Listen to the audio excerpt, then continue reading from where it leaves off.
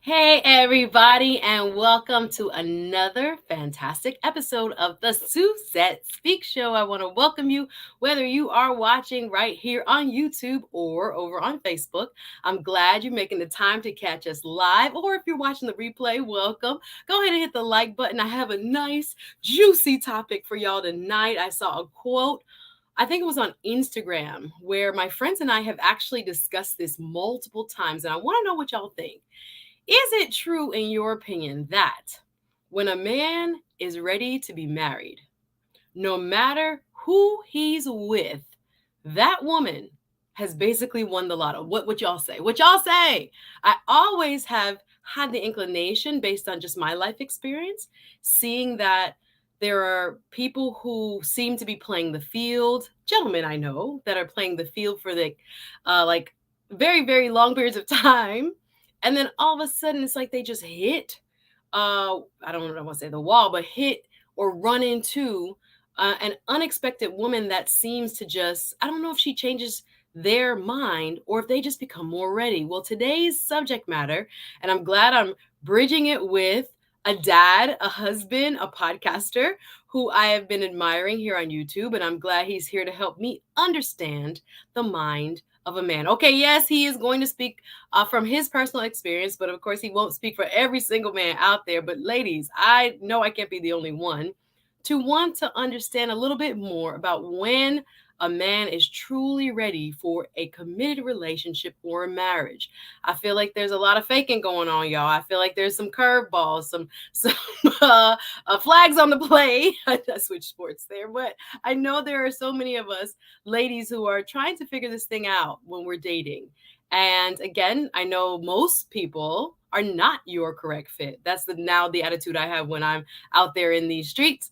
But I also want to be ready to identify characteristics, behavior, personality traits, just social signs that tell me that this person is really digging me or may want something more than the casual fling, right? So we're going to talk relationships today. I'm Suzette Speaks. I want to welcome you to my channel. I usually talk a little bit of politics, social justice, current events, but I dabble in relationship talk. So tonight is one of those. So y'all get your popcorn ready.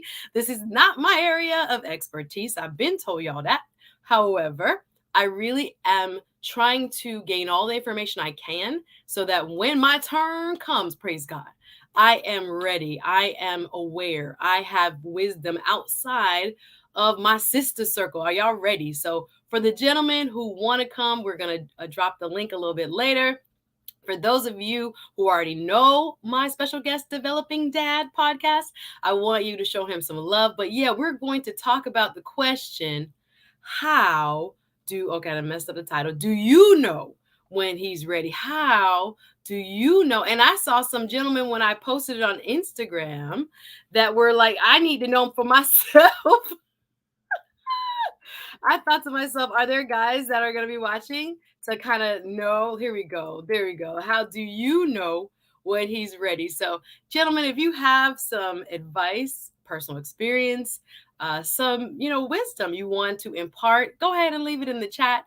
First and foremost, let me know where you're watching from. Again, I am Suzette Speaks. You know what to do when you come in. Hit the like button, and again, let me know where you're watching from. Again, my special guest YouTuber today, partner in crime today, doing the heavy lifting, will be Developing Dad Podcast. He is an interesting person. I'm sure you've seen in the description. He has his own podcast. He's on YouTube, TikTok, Instagram. There are so many parts, Twitter, all over, spreading his expertise, being a dad of how many? I forgot. I was looking at your pictures. I'm dad of 5. He showed me in the backstage.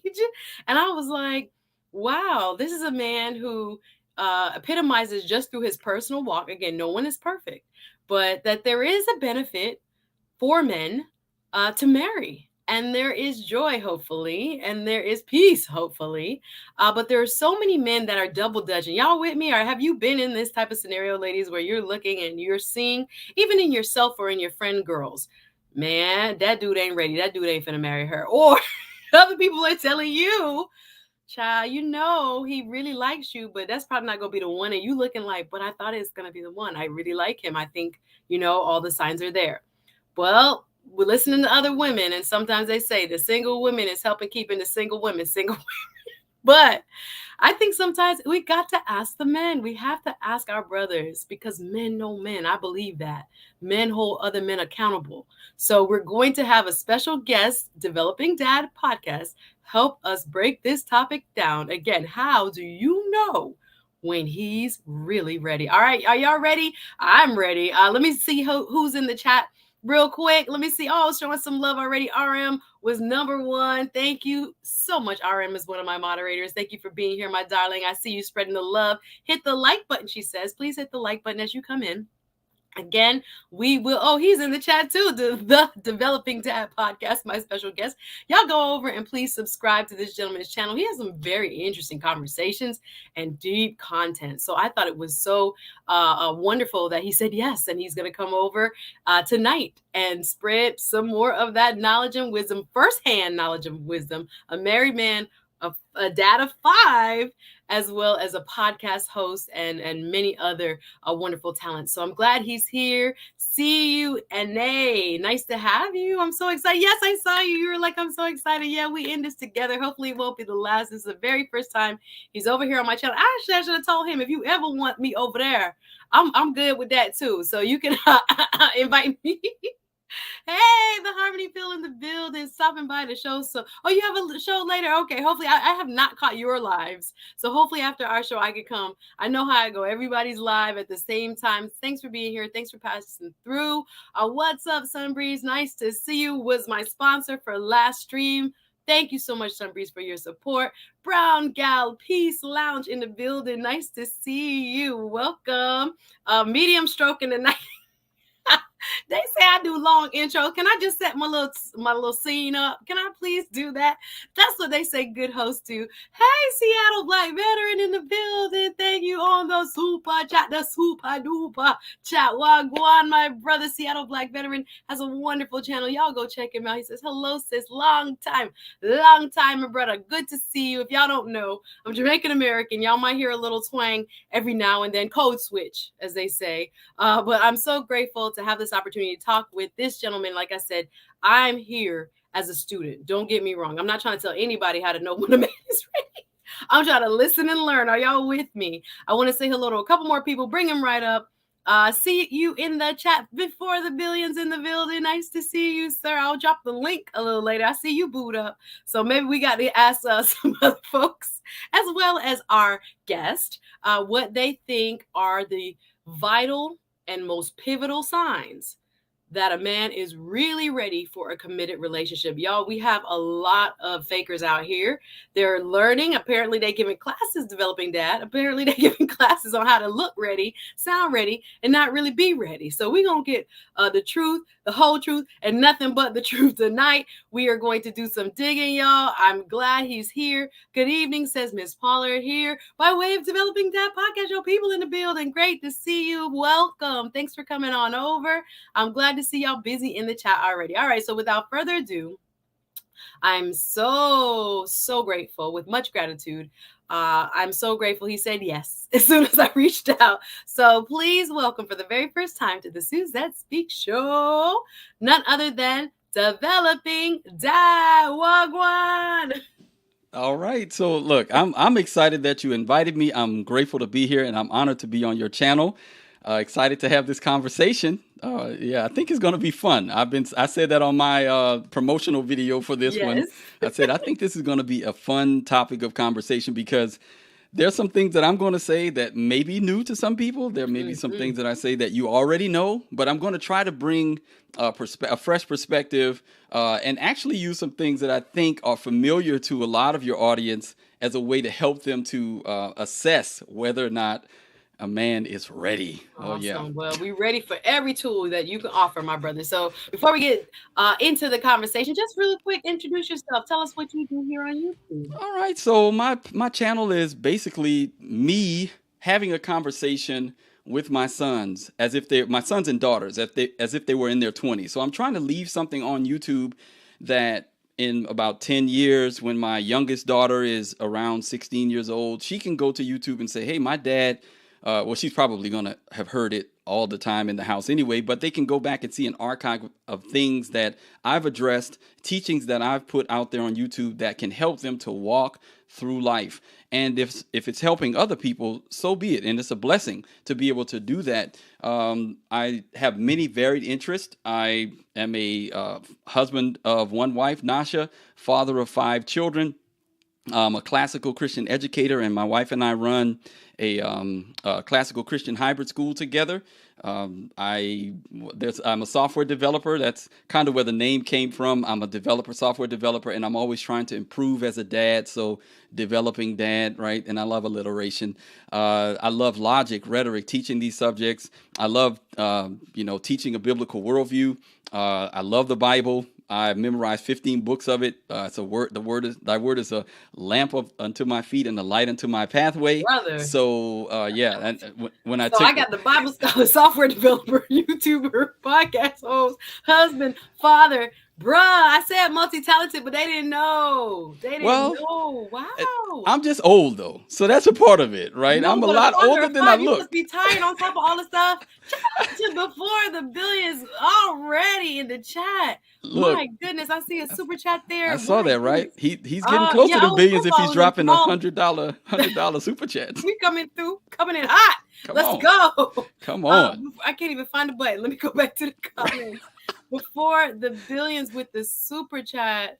Look at that. See, your moderator is on it. That's the website to the new I'm sorry. I gotta scroll up. I was scrolling down. Thank you so much. Y'all really want me to get this sound podcaster. I was looking at the little broadcaster today. Thank you before the billions with the super duper chat. Lot of mercy. Thank you for showing love, my brother, in this space. You about to make me code switch too. I'm about to drop my New Orleans accent, right? When you hear me, come on, you heard me dropping that. You know what? New Orleans is one of my favorite cities to visit. I love New Orleans, and I do love the New Orleanian accent, baby. How much you made, baby?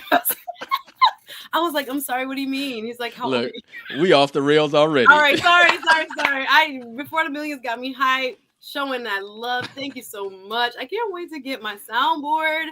I'm grateful. This is I can't, for the bottom of my heart. He knows I love him. Y'all check out Before the Billions. Please drop his channel. Show some love and support. Black Men in Tech is doing the darn thing. Man, I should have been hanging out at the engineering school, but since we out of school, right. So I always feel like Developing Dad, we need to take this in 2 different ways because I feel like there's strategies for women under 30, and then I feel like there's strategies for women over 30. So we're not going to say strategies. Let me even try to kind of maybe segment the men in that same regard, because I feel like the mentality of brothers under even, you would say maybe 35, and the mentality should be to marry or to commit over 35, maybe 2 different wheelhouses. So I am going to assume that you correct me if I'm wrong, please, sir, because this is in my head. I was like, what I would tell a woman under 30, myself, is totally different from what I'm telling a woman over 30, myself. So how do you feel about that? Do you think there are 2 different mindsets, or does it like when a man is ready, he's ready? Or would you characterize it as in terms of like age and maturity? So it would be, I would think, maturity plays a big part in it, obviously, right? Because you don't want to marry someone who is immature. We have a culture that extends adolescence well into the 20s. So into the early 30s too. I was trying to be generous, but no, adolescence is like a whole nother 10 years now. Yeah, it's ridiculous. Like we have men who would literally be characterized as children, into their 30s. They can't support themselves, much less a wife and children. They like the Bible says, when I became a man, I put away childish things. Help us all, God. We are going the opposite way, right? We have a lot of adult males that are keeping childish things as the forefront of their lives, and our culture actually emboldens them to do it. Right? Women too. Yeah, I'm just speaking from the men's perspective. Yeah, okay, tonight, and I'll throw us in there too. I'm gonna let you be the one to toss in those ladies. Bombs every now and then. Come on, you do it. Right? Yeah. But because my channel is mainly geared towards men, right? The tagline that I end every show with is 1 Corinthians 16:13. Be on alert, stand firm in the faith, act like men, be strong. Paul is admonishing men to behave like men. And in that same book, he talks about men putting away childish things. So it's really important that we understand that. And as we dive deeper into those subjects, we get an opportunity to see what does it look like to be a man, because the ancient world understood that. It was baked into the language. We've lost a lot of that. And so trying to recapture it, we're climbing uphill. So when you ask the question, how do you know if a man's ready, or what age, you've got to go to that. The maturity is the main issue. And I can tell you from personal experience, I wasn't ready in my 20s to take care of anyone, even though I was taking care of myself. I had my own place, I had my own money, had my own job, career was going in the right direction. Emotionally, I wasn't ready. I couldn't been, I was too selfish. I'm just being honest, right? Looking back at myself, I was self-centered. And that was a part of the reason why early on in the marriage, it was difficult, because I had a lot of selfishness to get rid of. Our context gives us a lot of mixed messages about what's good and right and true. And selfishness is one of the like Isaiah says in chapter 5, verse 20, he says, woe to those who call good evil and evil good, who put darkness bitter for sweet and sweet for bitter. And that idea is something that we have in our context a lot. I was completely selfish, and I thought that was a good thing. I'm looking out for me and me alone. Well, as someone who's looking to be married, that cannot be your mindset. It can't. Goodness. Yeah. Well, hold on. We got the Bible scholar here, y'all. I'm not going to say I know every verse. I'm going to do my best to keep up. However, again, salute before the billions, showing so much love. Thank you so very much. What I'm going to do is asking you, if you don't mind, just to set the stage so people know you and your life experience, so they understand from the perspective from which you're coming to the conversation. Yes. So how old were you when you got married? 31. Now, did y'all have any kids before y'all got married? So my wife actually had a son when we came into the marriage. Okay, so she had one prior relationship with a son, had a son. And then so y'all have 4 together? 4 together, yes. Okay, wow. And so when you were deciding to get married, how long had you known your wife before you got married? So we knew each other for we had met each other in 2008. I was about to say 2018. It's been so long. But 2008, we met each other. Now, it's weird because... I'm going to carry the one. How long right, ago? I know, right?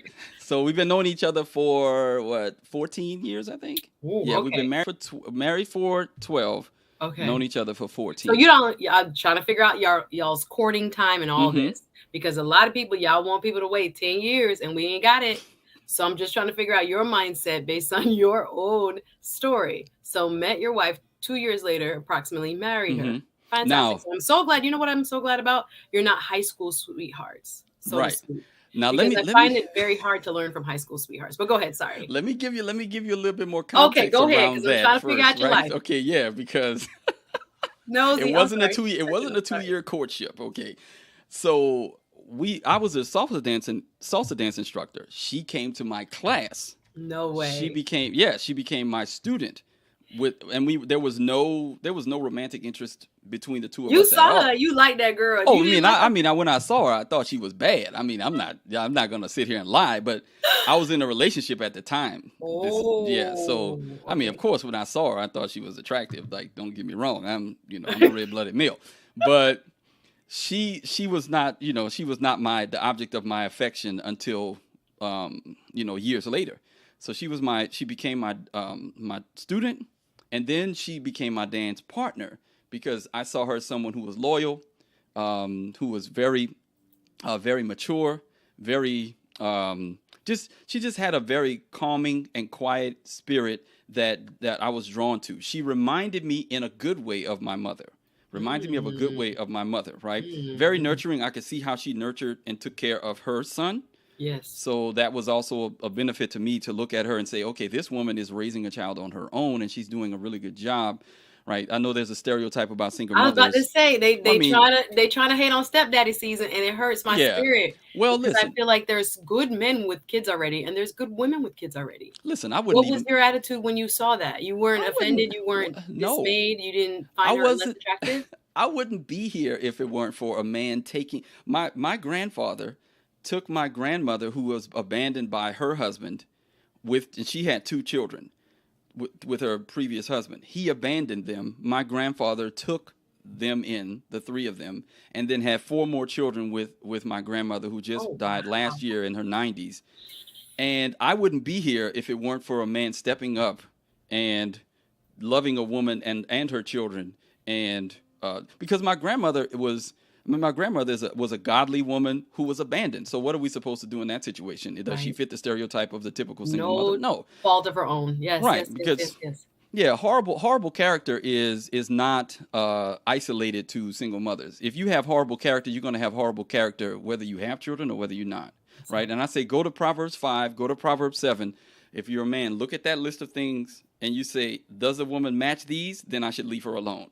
Right? The Mm, Bible tells me clearly, leave that type of woman alone. Right? mm. Fast, loud, boisterous, always out in the streets, all of that stuff, leave her alone. Right? She'll bring you down to the grave. That's what the Bible teaches. Now go to Proverbs 20:31, where King Lemuel's mother sits him down and says, son, you're a king.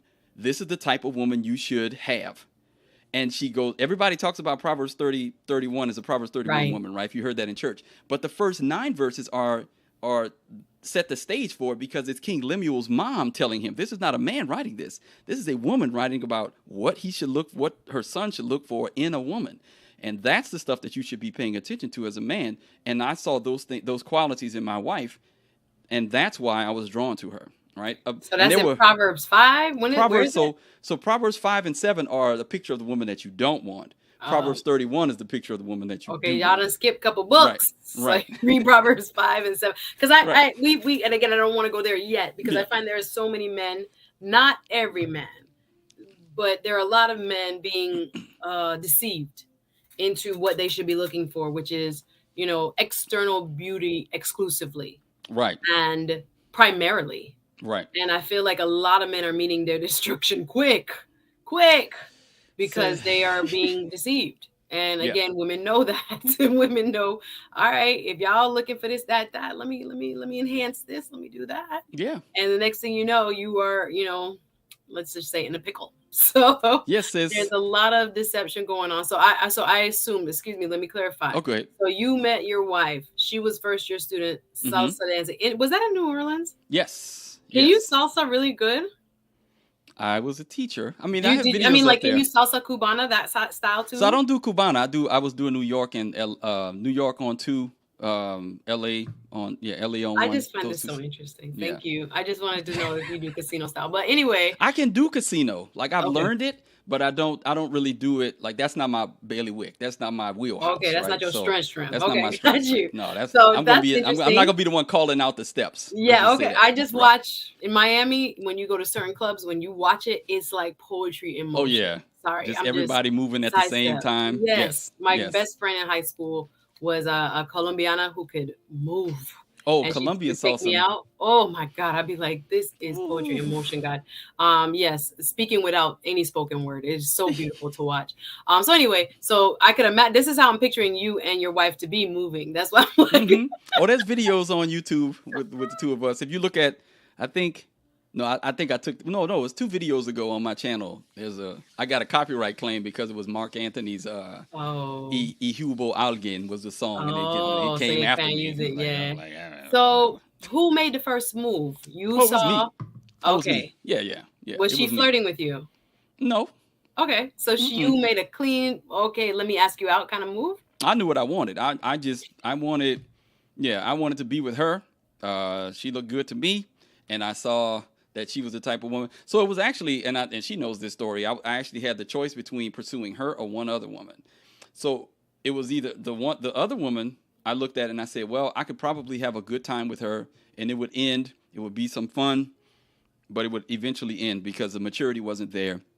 She wasn't the type of woman that I could have what I could see having a future with. And so I was at a crossroads, and I said, well, I either need to grow up Yeah. and pursue what could be a tremendous blessing to my life with my wife Nasha, or I can continue to play around. Mm. Obviously, I chose my wife So you because went with a conscious decision of a yeah, long term, not oh necessarily yeah, a fling that became long term. You were right, like, no, I'm looking for a wife now. So let yeah, me make this move. that was So it. you you knew her for how long before you decided to court her or ask her out? So, it was literally we were. I think we started dating in October of 2009. So we Mm-hmm. had known each other for about. So we had met in May of 2008. We met in May of 2008. We started dating in October, late October 2009, and we were married in January 2010. So Ooh. So yeah, a year, pretty much, yeah, but like give or maybe a take. little bit over a year. Yeah, give or Yeah. take. Oh, Yeah. wow. So Mm-hmm. that shows a lot of determination. So do you Yeah. feel that determination came from your Christian faith? Were you around other men that were encouraging you to make a move? Did you tell Oh your no, brother them or whoever, your no, cousin them? It was, no. Let me tell you. I I'm grew up sorry, a I'm in your Christian. business, but go No, no, ahead. no, no. This is great.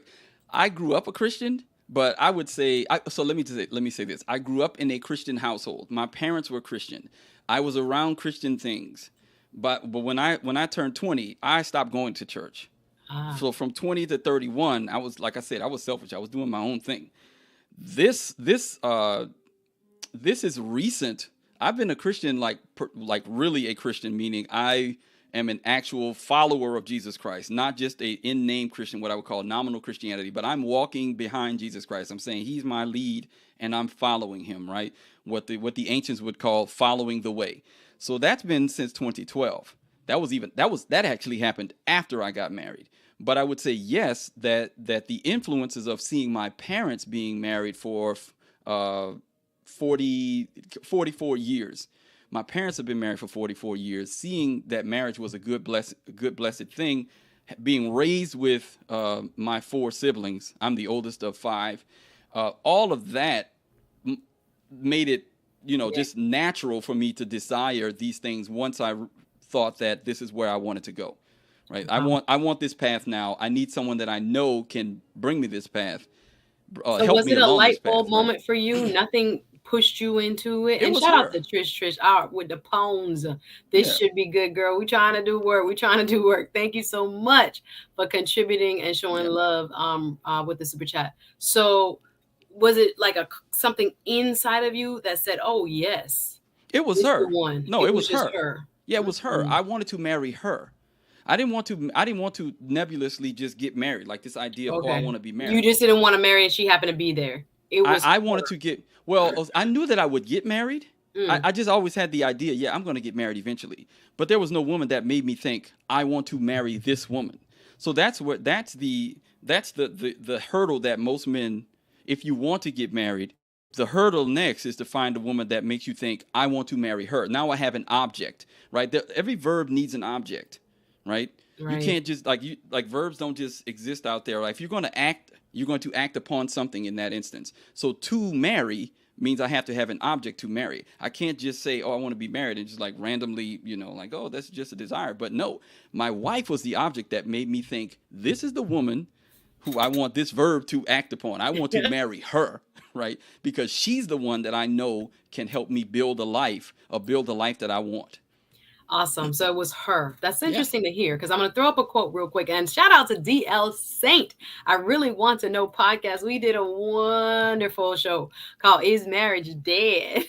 So I will actually bring up a couple of the points that he made when it came to benefits of marriage for men. I feel like we talk a lot about or hear a lot about in this space why men should not get married, why men, or it's a small but very amplified subset of men that keep talking this. I don't think it's good for men. Don't ever get married. Only date 26-year-olds and only do this and that. And I'm like, but there are benefits because there are men, especially in other ethnic groups, racial groups, that are doing it every day. And even if they don't get it right, they marry in the second time and they marry in the third, but they're going to have a wife as opposed to preaching this solo dolo forever. So anyway, I'm gonna bring up some stuff. Hey DL, because just seeing your name brought that conversation to mind. Salute to Needs Watches. I see you. Real quick, just saying a hello in the chat. Kimo Wagwan, nice to see you. Some tips from a pickup. You know what? They got jokes. Nice to see you. I always want to hear what men have to say about why men do what men do, okay? Because I don't know. So I really like to always just be on the sideline and figure out what I can learn from someone else's experience. Again, Mr. Developing Dad is not saying this is true for every man ever on the planet, right? This is just No. through his experience. He has homeboys, he has people in his church. I'm sure he got a lot of stories under his own belt as Mm. to what he's seen in life and the life of those around him. So this question came because when I was reaching out to Developing Dad, I saw a post online, and I'm going to throw it up real quick for those just listening. And the post was on, I think it was on the Spiritual World, is the name of the Instagram. And it says, is it true that most men don't marry the woman they love or loved the most? They marry the woman that is around when they are ready to marry. Now, the story you just gave about you and your wife was like polar opposite. And I think because you are admittedly more mature, it sounds like, or was mature in your thinking when selecting a wife, that Nah. specific wife. I No, lucked you out. weren't mature. I lucked out. No, I You don't. just looked at. Okay, just tell me. Do you think this No. is true for any men? Because I always felt like this was the actual truth. Am I wrong? So it depends on how you define love, right?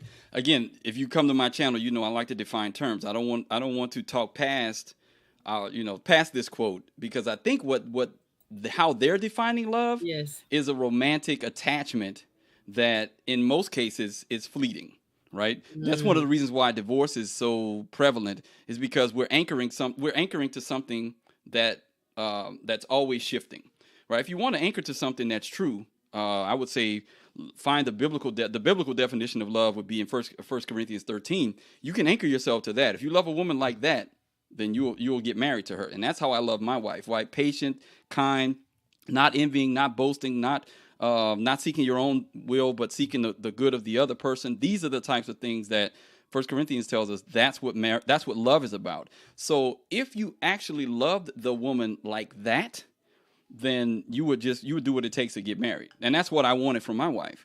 Right? It just happened that she was there. It was providential because I didn't go seeking her out. I'll tell you really quickly a real quick anecdote. My wife and I had been in the same circles for years and never knew each other. We grew up like in New Orleans, like Black Baptist churches. Everybody goes to each other's churches and sings, and does all kinds, does these things called communications. So she would be at the church right down the street from mine. She came to the church where I was when I was younger, and her grandfather preached a revival at our church. She sat on the side over there, wow. where the family of that preacher sits. I'm in the congregation. We like ships passing in the night. We don't meet until we were both in our 20s on a salsa dance floor, right?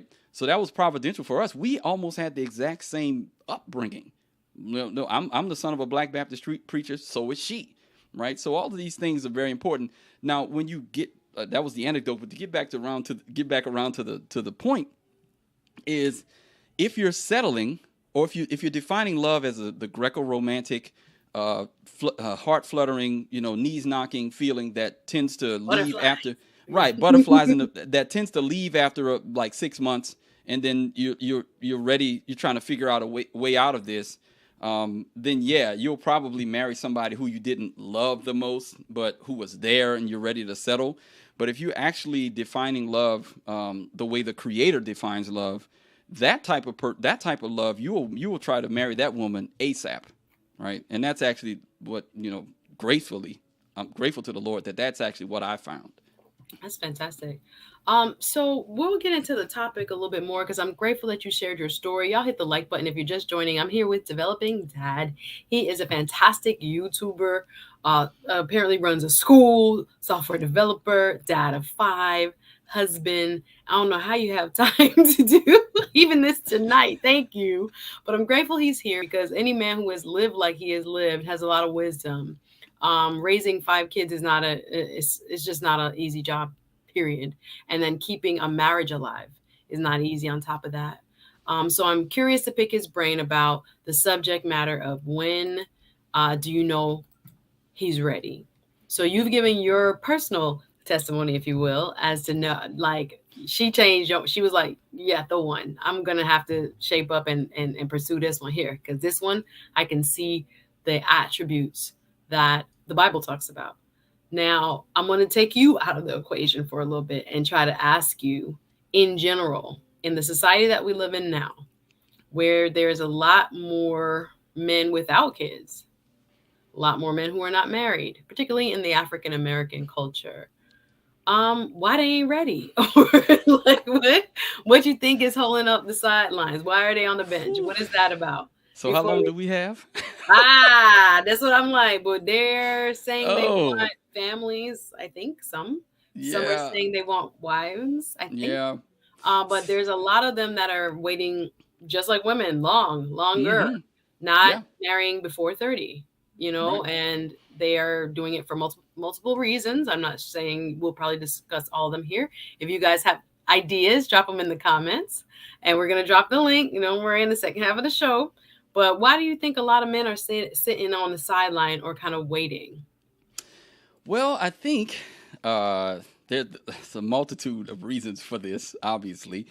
Because everything, when you ask a question like that, obviously it's multifaceted reasons for every person. But there are some societal patterns that make it less advantageous for men to get married. Mm, We can talk about, I mean, I follow pages, like children need fathers. Well, they're trying to change the narrative on. And you're an attorney, so you probably yes. know so much about this. The child court Oh, system. yeah, okay. So you're saying that the Ye- courts being unfair to the men courts have a be lot of unfair. men scared to death to get Right, married, to scared to death to get married, scared to death to get married because to be child fathers of support, to children be outside, alimony.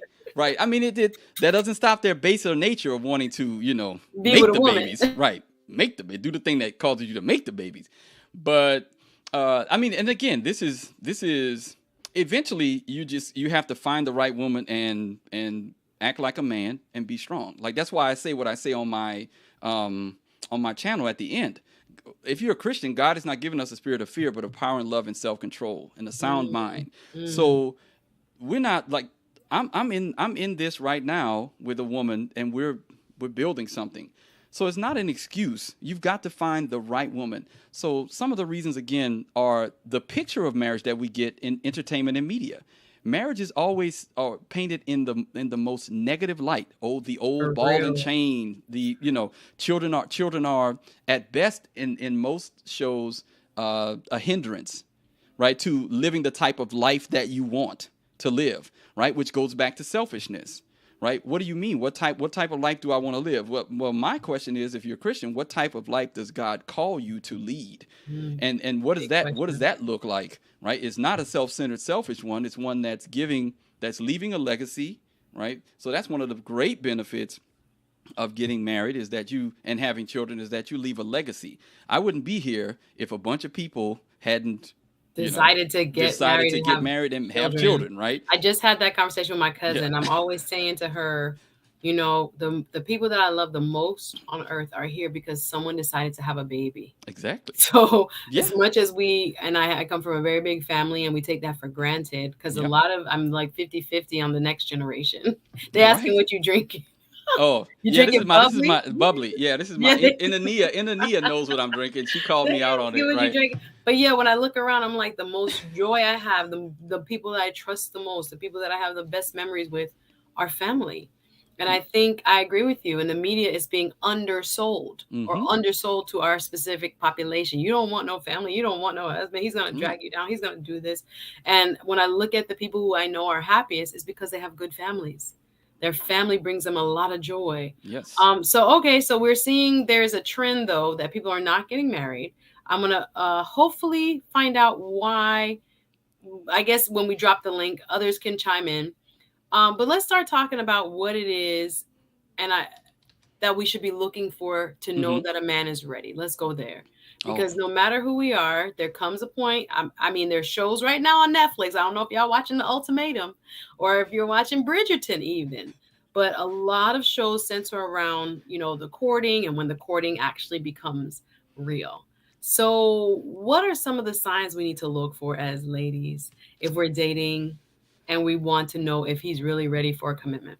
well, I think you actually hit the nail on the head with the word that you said. You dropped it, and then you switched the term. Tell me which one. It's two very separate ideas behind this: dating versus courting. Okay. Dating versus courting. This is a very it's a So I Oh get in a yes, I lot of said trouble. dating and I said courting. You Okay, so did you're right. saying there's two I'm different. glad, but I was actually going to bring that distinction up. I'm Okay, glad go you right said it ahead. because you led right into what I was going to discuss. Okay, so dating. I don't advocate dating at all, Mm, right? Because dating, generally, the way culture defines dating, in the way you'll get it in most manosphere content creators, you get it in divestors, you get it in pretty much anywhere. Dating is uh, perpetual. You're perpetually dating without really any aim in mind. Courting is different in that you both have the same aim. You state it up front. Like my 16-year-old son now has entered into a courtship relationship with a young lady. He's 16, she's 16. They are courting. Their aim is, okay, by the time we're like 20 years old, we need to be married or we need to like part ways. Okay? There needs to be a time frame. Courting is also, especially specifically if you're a Christian, courting can be done in the context of a local church where you have other people around you that are helping you, older people who are already married who can give you advice. Courting is denotes, even in its denotation, denotes that there are other people involved. Dating, on the other hand, is like you're flying solo, generally getting bad advice from people who don't have anything. Like they're not married. They don't have anything. They have very little to offer you. They're in the same position you're in, both dating, like dating and trying to figure this thing out. But there are people who've gone before us who actually have learned more than we've learned that can give us information. And in a courtship situation, that can be done, right? So that I wanted to hit on that when you pointed it out. I said, okay, so is the man willing to court you? That would be a versus good date you. And versus let date me you. pause you real Yeah, quick and read some of these comments. That's why I was smiling and laughing. Good evening, Bernard. Nice to see you. Facts on the uncomfortable truth with Bernard. It's nice to see you. Needs watches just got a new subscriber. Yay. Let me see. Thank you. Thank you. Those who are watching, hit the like button. If you're watching the replay, welcome team replay in the building. So yeah, so they asking talking about no dating question mark face. right. UFO kamikaze one says tried marriage once, no intent on going there again anytime soon. Doug says sounds like semantics, no offense. Okay, your opinion. Thank you, Doug. Uh, and they says I agree with the distinction. So one doesn't think it's clear.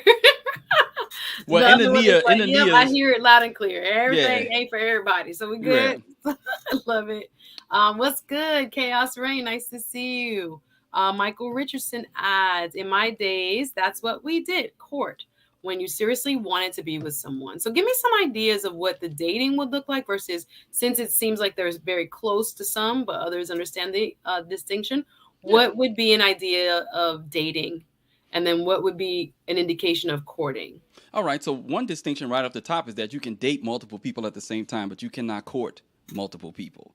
You're courting one Mm. singular person with the intention being marriage at a certain date, right? Can I pause right So there? yes, Because I feel like, from a lady's perspective, and I think, shout out to Jessica X. I heard Jessica X say this, why she, says to guys, don't date one person at a time because that person that you may be courting may not end up being feeling the same way you do.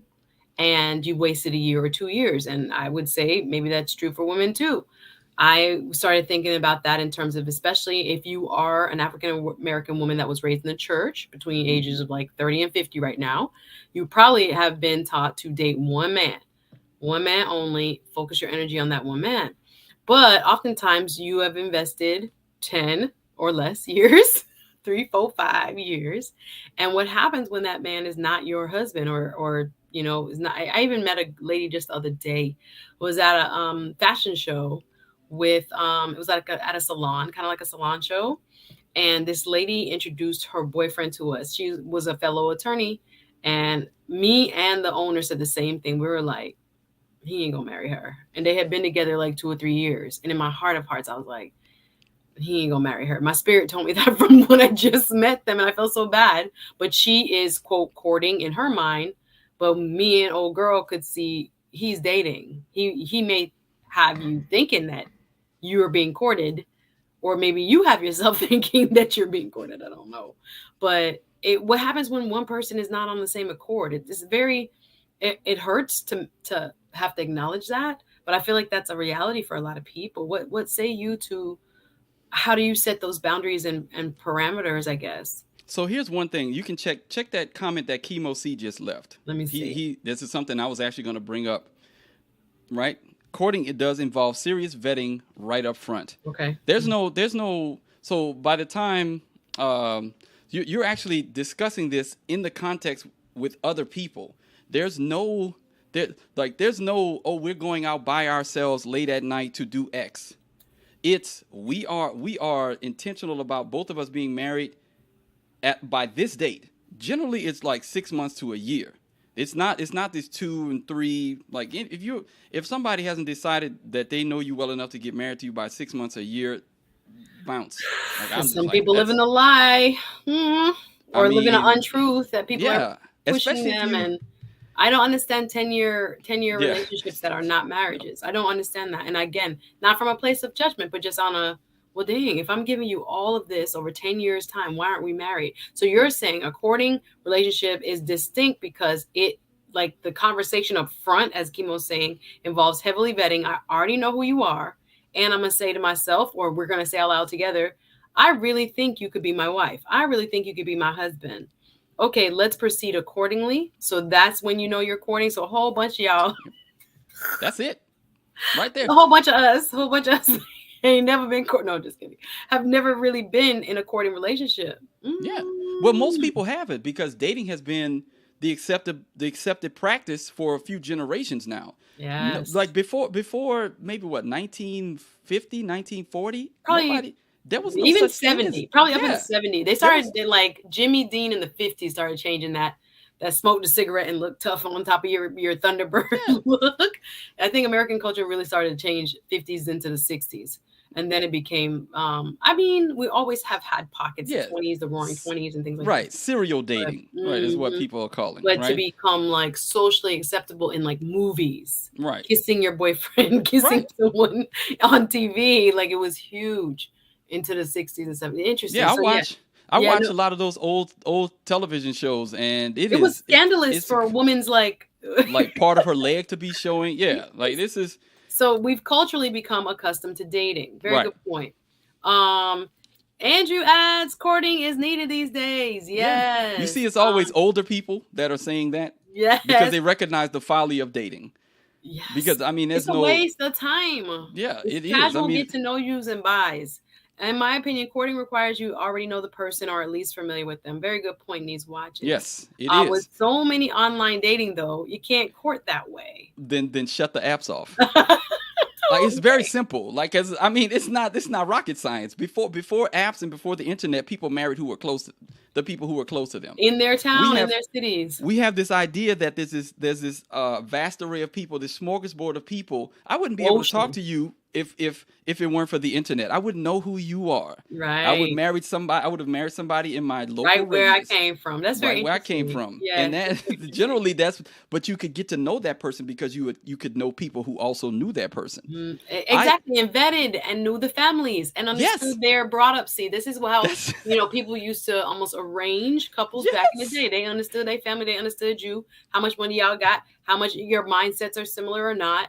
The families would get along, and here we go. Yeah, we have gone into this vast ocean of endless supply of people. It gets crazy. Yeah, go ahead. You have people with an endless supply of options, but with no self-control. That's that's one of the reasons why. First thing I teach, we're teaching at our classical academy. The first virtue that we're teaching them is temperance, the ability to control your thoughts, your words, and your actions for God's glory. That's how we define it. If you can't temper yourself, you are at the beck and call, the mercy of whatever physical forces. Desire whatever forces are acting upon you. You like someone says, with so many dating apps, I don't have a dating app, never had one, don't plan on ever getting one. If something happens to my wife, God forbid, I'm not going on a dating app to find a wife. I'm not going to the internet to find a wife. I'm going to find a wife around here that can help me to continue to. I already told her. I said, you set a high standard. You set a high standard. To be able to fill them shoes. To fill them shoes, it's gonna be hard. but I'm gonna Absolutely. have to find somebody local that can do it because That's because interesting perspective. When I just look at all my family and most of my mom's generation married, all her cousins are married, everybody married, still married, majority still married. They grew up in a small town in Jamaica, like everybody married in the same village. Like we are cousins on both sides for several people because that family down the street, like you didn't go past like, 5 miles because you didn't have the luxury of flying here, flying there, and any of that. Very interesting concept, the way the world has changed. Michael adds, Suzette, you go out with three different people, get to know them. No sex. Then you pick the best lady that line up with what you want in a woman. In a woman, then you court that person. Very good. I think sometimes people get carried away in that direction. I Um, like what Michael's saying. I yeah. wouldn't advocate getting to know three women. I would actually like that. That's like dating towards it. But I guess it depends because you can get to know women outside of like I got to know my wife with no romantic intent. We were just salsa dancing. Like she was my student, and then she became my dance partner. No romantic intent whatsoever. But I got to know her She was over a moving them year and a hips, though. half. I know them hips don't Right. lie. I know I them mean, hips. well, yeah. I mean, she's Listen, physically we be attractive. watching Like she too. We be got, like, oh, okay, okay. I am not saying that I did not see her as physically attractive. What I'm No, saying is I got to of course. know No, you're a her. man still Right. at the end I of the got to day. know her Yes. without that being the mindset because we weren't dating. We were in the context of a bunch of other people, a group of people that knew us, we knew them, and we were just getting to know each other. It was In almost a like, good, clean, non-sexual way. yeah, That's what I think we're getting at here. yeah. UFO Kamikaze says if a guy finds out you're dating multiple men, he instinctively removes you from serious consideration if he's not desperate. Harsh reality. Oh, DL, I missed this. What time is it? It's soundboard time. Let's keep doing you. So I am gonna try. Thank you, DL. Always showing support. He has a fantastic channel building. He had a great show. I listened to this show you did with Last Call for Insight last night, I think it was. Very good show. Go support Mr. DL Saint. I wouldn't say new to the space, been on the space, but now making his own content and got some very good perspectives on his show. So welcome and thank you, thank you, thank you, thank you, thank you, thank you, thank you. Always he's been here, but just thank you so much for the love. So interesting. Deal as I get it, I get the milk for free. Why buy the cow? Dating equals vetting. After vetting, then comes the courting. In my opinion, says Doug. I'm gonna click on a couple of these and go back to DLs. Okay, I see you. News Watcher said yes. I really want to know about. I mean, if the milk's good enough, I'll buy the cow. Though what? Well, again, Uh, like, yeah, that Courting like, happens with 50 and older. Jeez, gonna have to wait. Yeah. I mean, people, real talk. I don't think as many ladies want to be locked in as we think. I agree with that. I agree with that. Some of us are out here. Now he's confused. I'm sorry. Courting, in my opinion, A Web says is usually done by the parents and the elders setting you up. Okay. Jewel, thank you, says dating is entering into a vague contract with someone under certain circumstances. Bad idea, vague. Yeah, you don't know if you're coming or going. Jew dropping Whatever jewels. happened to walking up to a woman, introducing yourself, and then spark a convo? Let's go. Uh, Miss Globe Girl, she said she was listening to learn today. Me too, darling. Courting is great, but what if we've never followed that mindset? Realistically, how do we start courting again now that Pandora's box, hello, especially in the Great last 10 question. years, Great has question. opened up? We'll hold that question for sure. I thought dating was no. Dating is like casual hookup a lot of time, Doug. It's not, It's people are it's not, I ill don't know. defined. It's ill Yeah, defined, right? maybe not everybody takes that to mean Right. dating. You're That's the right. thing. Ill Because I don't defined, necessarily go right? on a date thinking, oh yeah. Right. The Ooh, guy might have one idea. The yes. ladies have another. Oh, we moving towards something serious. The guy's like, well, third date, I'm ready to, Yeah, no, that's what they get it told me. and I'll be hit it waiting and till quit it. Right. did I just know your last name? What's going on? What's going on? All of this sounds confusing. I'll get to you just go with the flow. Kimball says dating to me is going straight to romance and vetting along the way. Yeah, Very good that's point. what a lot of Yep. people are, I That's think. what that's what it boils Um, down to normally. Yeah. yeah, that was old school way. These days, that's called friend zoning. I be wanting to get to know y'all. I'm so sorry. Tempering the zeal. Watcher says, I'd say pro tip for the guys: join a salsa class. The best way to meet the ladies in salsa ain't sexual, but it is. That's kind of true. I tell you, them hips be moving, and everybody be looking at everybody. Look, our Andrew, stuff was a workout. I It was bet. Now intricate in let's a let workout. Griffin. It was like, oh Mm, man, we mm. went there for calorie burning, right? I bet it was. The issue, Andrew says, is that we are isolated and have limited access to people due to how we work. Mm, Opportunities and chance encounters are very hard to come by. Good point. yep. Sometimes we have to shoot in the air these days. I hear you, and use the apps and whatnot. Yep, if a woman's dating multiple men, I kick her to the curb. One time for Andrew on the Super Sticker. Thank you, thank you, thank you. Showing love with the dove. No comment, just love. Thank you so much. I appreciate you guys so much. Big up yourself. And big up Before the Billions on the show sponsorship.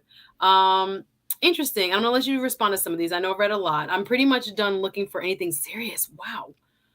And would no, but you were married before, I think you said. I would Mm-hmm. never waste a woman's time. Yeah. That is okay, Yeah, okay, he's married okay, before. okay, okay. On the both sides, he or she is best of all the rest. Fade away. On both sides, if he or she is the best, all the rest fade There away. you go. Okay, I got you. Like, I think I have to go to the gym and the business networking. I've gone back out to networking events. I'm going to a chamber lunch. I'm going to all chamber stuff. I'm getting back out there because I do say to myself, well, you're not gonna meet them just as you just said, Andrew, by chance. You really have to put yourself in places where you're likely to meet fellow, similarly minded. I don't even want to say business minded, but like if you're at a chamber event, I'm pretty sure you're either married or you got some stability to you. So I'm trying to pick and choose where I go. So yeah, we've had a lot of comments there, and I wanna shout out again my super chatters. Thank you again, Andrew, and thank you again, DL Saint, showing love. Where do we go after the dating conversation? Because I need us to get to the what is the actual seriousness. So the courting phase or the conversation about courting seems to be the most serious thing that has to first occur to yeah. understand if he's ready. So if a man has not said to you, listen, I want to date only you with the intention of seeing if we're going to be serious or not. If that doesn't happen, you pretty much, he's not ready. Okay. If I were a woman, I would not. I'm not going to take someone seriously. If you're a woman who wants to get married, okay, your intentions needs to be stated up front. Don't assume that the man wants that too. State it up front. If he wants the same thing, he will be. First of all, you want someone who's honest, right? So if he doesn't want that, let him tell you that, and then you bounce. You will alleviate so much suffering, so much pain that would have been caused by you pursuing something when that person doesn't want the same thing that you want. But can we make them ready though? Can we change Commu- their mind though? No, you A lot can't. of women, I think, come to the relationship with this mindset. This is a good man right here. I'm gonna lock this down. Right. And then they try to put it on them. Right. They try to cook. They try to get all of themselves I mean, together and be Mrs. Look at me, ding, ding, ding. The sign is here. You missed the turn signal, but make a U-turn and come on back. Like, can a woman help a man? it might See her? happen. I won't say that it can't happen. What I will say is that it is rare that if a man says I don't want to get married or I don't want to marry you, that you're going to change his mind. Especially if it's the type of man that you're saying is a good man. He's resolute. He's probably someone who's built a career, who knows what he wants. And if the thing that he wants isn't you, then you're going to have to resort to nefarious means to make that happen, right? You're going to have to, like some of those, y'all know some of the ways that women do that. I'm Well, they be trying to set them up. Right, like the setup. I mean, try to figure out, how am I get this man to notice me? Yeah. Oh my goodness! And then you're chasing. Right, and you really don't want that. So how is that any way to start a marriage with a lie? No, or with a setup? Some of them willing to though. They want the marriage, not the yeah. person. The marriage so bad. Yeah, they're willing to pretend, and I agree with that. A question from Miss Pollard at Developing Dad: where do you suggest we go then to meet people interested in courting? All right, so long way to make a short point. Here we go. So here it is. We are up against it. I do not deny that. I don't deny it. I think the erosion of two institutions has caused this problem where we don't court, we date and we don't court. We do this in isolation. The two institutions that are failing us in this area or have failed us are the church and the family. The black Mm, family has been eroded. The black mm, church has been eroded. It's not a pillar and buttress of the truth that will help people to do this. So it's harder on people to find what I'm talking about. I don't deny absolutely. that. I don't Mm, deny that at all. I'm saying that the Lord blessed me with that wife. We grew up in a time with those old black Baptist saints who did this for us, who taught us these things as we were coming up, both implicitly and explicitly. So when we got together, it was, oh yeah, you want the same type of life I want. You're not out here trying to, like, this is one of the reasons why you're still single. Yeah. So I don't claim to no. I just know what I know is the best way to do this. Now mm. the practical outworking of this is you've got to do the work to try to find someone, even if it means being on the internet. But I'm saying most of these apps don't have that kind of. That's not what these apps are about. You could possibly find it on the internet. I've seen people find it on the internet where they find other people who are Christian, but you've got to go through those channels of getting to know that person. Even the internet can be helpful in this way, in that if you keep it pure, you could get to know someone via the internet because it's just there's no chance for physical intimacy Yeah, via it's the good internet, in that regard. My right? cousin just met somebody on Christian Mingle, y'all. I'm Yeah, happy. I'm rooting for her. I really am. I was right. like, for real? And she was like, we were just talking about it like Thanksgiving. And I was like, you done picked up somebody that quick. But they seem both marriage minded. I'll leave it Yeah, there. you've So got I to was find like, some place where whoa. people are marriage minded. That's what you've got to look for. So maybe an app if that is, if you're getting the indication, I guess, from the person that's responding Yeah. that they seem to want more than casual.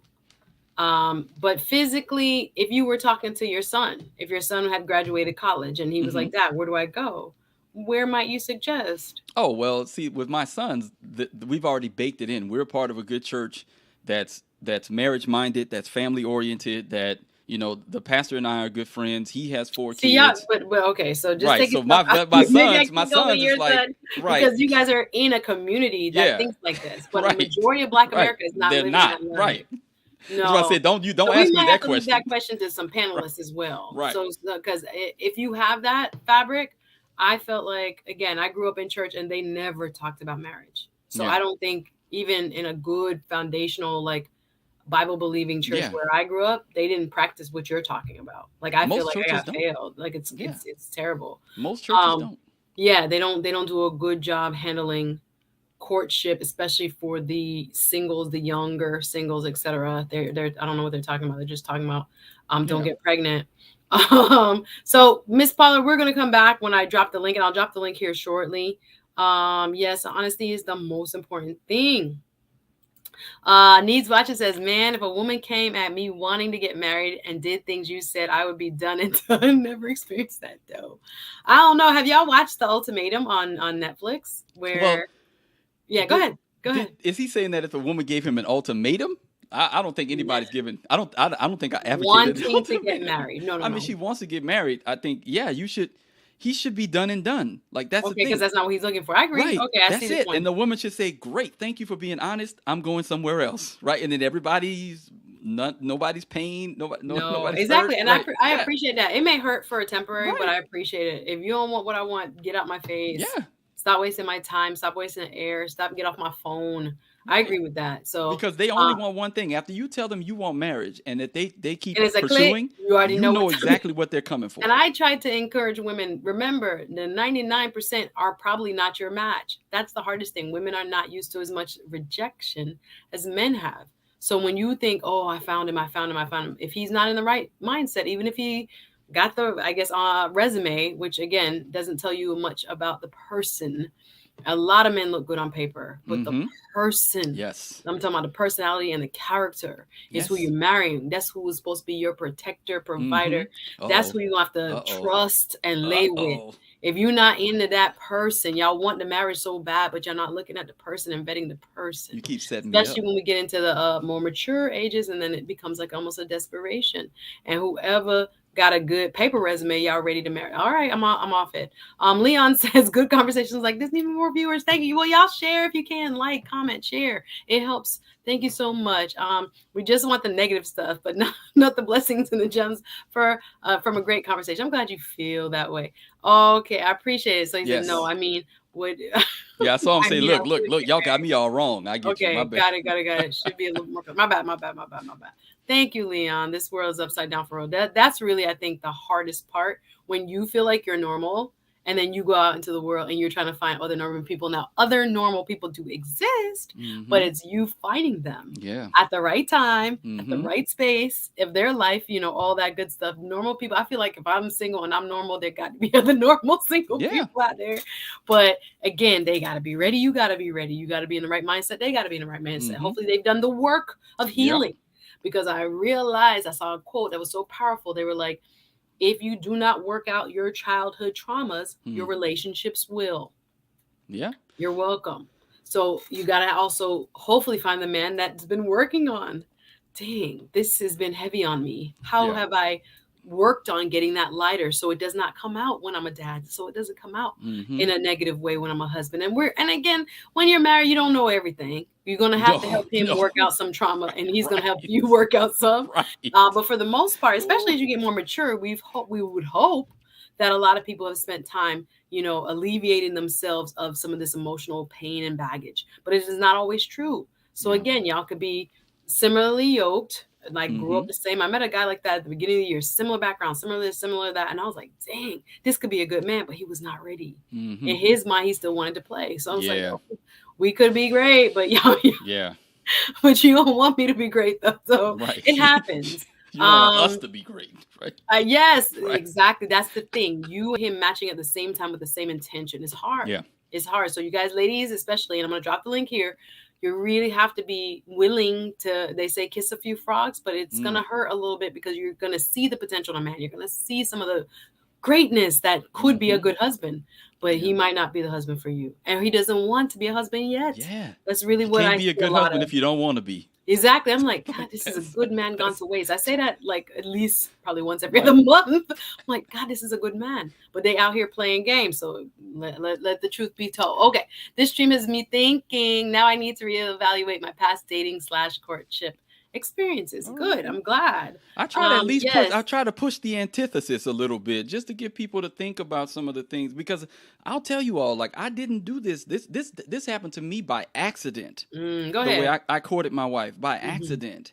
I didn't. I Mm. wasn't purposefully doing this. This happened by accident, and I just realized that this is what the ancients have done for generations. And the Yes. dating game is so frustrating to people because it's not designed to give you the outcomes that you want. Mm. If you want a solid, stable marriage, it may happen. There Right. may be the isolated case that it happens in dating, Right. but it generally happens. It has happened for the black community, which is so frustrating for me, is to watch us walk away from the things that worked and try these new methods. And we don't have Leave the the lie. margin for error. Mm-mm. We don't have the margin for error. So why, like, the church and the family are the two things that we need to rebuild in order to rebuild the black community. If you want to rebuild those things, you got to rebuild those things, and you have to start with rebuilding men. And it's like I said, that's one of the reasons why my channel exists, is because I'm trying to help men, hey, push back on this narrative a little bit and rethink this process that seems to be failing us. Because you may get success out of it. Maybe if you count success 1 in every 200, that's not really good. We used to have the best marriage rate Oh, and and solid. and sticking together rate in the country. And this Absolutely. was through Jim Crow. This was Yes. through slavery. We had all of these metrics higher than most every other group.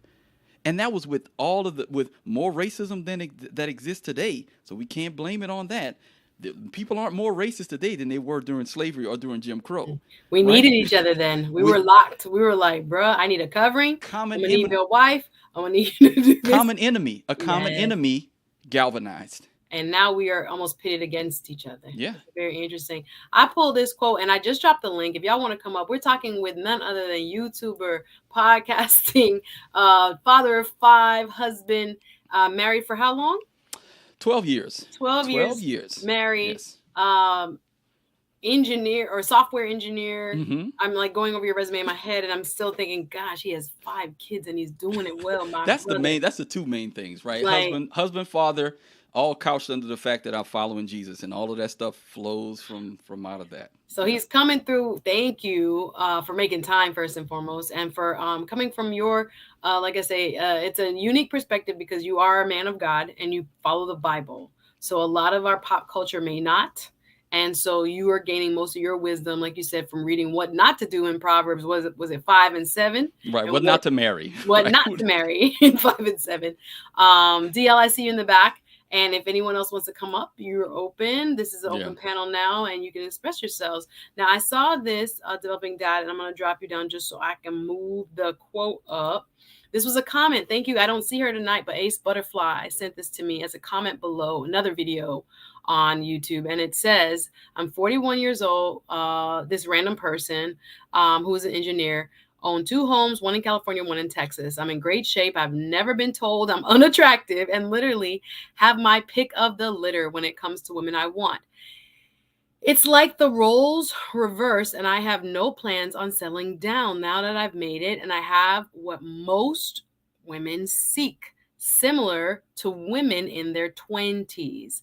I think it's disingenuous for women to ask men to settle with them when they've made it, when those same women wouldn't have settled when they hadn't. Oh my goodness. Oh, when they had it, when they had the beauty, when they had the uh desirability. This bothered me. I didn't see this again. This was pulled off a random video. Ace Butterfly, thank you for sending it to me.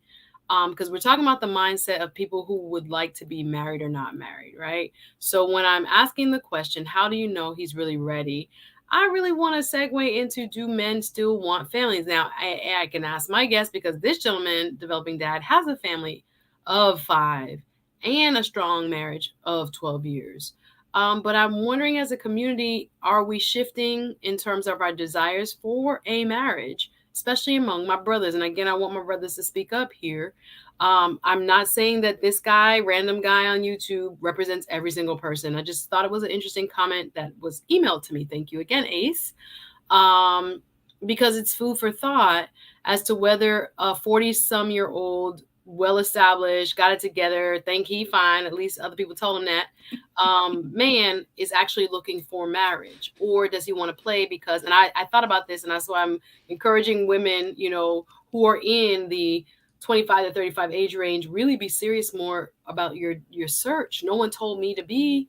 And I think, it's scary to think what that may represent. And some may say, because I've now been really thinking about this, if the men who had no play, no acceptance, were rejected, are now in the driver's seat in their 40s, God help us. God help us. No, I was thinking about it. I was like, that's a whole different level to the shift, if you will. So, Yeah. are you seeing that as a trend, this type of attitude, or do you think it's a prevalent trend? I don't know about in your circles, but just basically people watching your show, people, I don't know. You might be an anomaly in and of yourself, but I think there are other Christian men, obviously, that want what God's purpose is for us on this earth. But what say you to some commentary like that? What would be your first thoughts? What's your Well, reaction? I think that that's a vocal minority. Mm, Hopefully, let me say that I'm hoping that that's just a vocal minority. But if you're on social media, I think part of the reason why the manosphere exists, like I said earlier, is because of the failure of the black church, the black family, to instill in these people growing up these values of marriage and family. Um, yeah, that I know DL I gonna have see, something to say about that. I Hold on see real quick. no, I see some pain in him, right? Just Mm, reading his comments, mm, right? Because he's a man, like he's done the work externally. He has the right. externals. The He has trappings, the the trappings, right? success. Yeah. What? Would I looking at this, if I could put a face to that, I wouldn't give him to my daughter. I wouldn't give my daughter to him, no Mm, matter how many houses or what his job was or whatever, because it just doesn't seem like he is going to be the type of man that would care for my daughter in a way that that I would deem acceptable. I might have to go after him. Like I'm thinking because he Mm. doesn't look like, he looked like he's bitter. And It just there's a seemed like pain he's there, bitter. and then Yeah. other people will say, "Oh, that's just him living in a reality. That Yeah. is his current reality." But yeah, Yeah. I think about that. I'm like, is that what is going to be prevalent, especially in like the next 5, 10 years? People who have not experienced being the leader of the pack, if you will, or Mm-hmm. downright being used, abused, or rejected, and now because the numbers are now in your favor, Yeah. now you are calling the shots, and are you calling them with that type of attitude? That's a question. I don't Yeah. know. Again, this is a random dude making a random comment. I'm not saying that's all black men. I don't say that's all men, period, or most men. But it was just an interesting comment that made me think, Chemo on the super duper chat. Big up yourself. Thank you so much. No comment, just love. I see plenty of comments from him also in the chat. Thank you so much. Appreciate your support, my brother, on this stream. Tonight's stream, again, for those just joining, we see the numbers increasing. Thanks for watching, y'all. We're talking about how do you know when he's ready, right?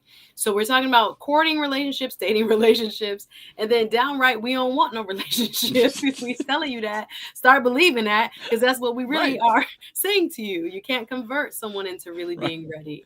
So I think one of the biggest nuggets for me is if a man is not approaching you straight up like, bruh, I see more here. I think there should possibly be something that we try.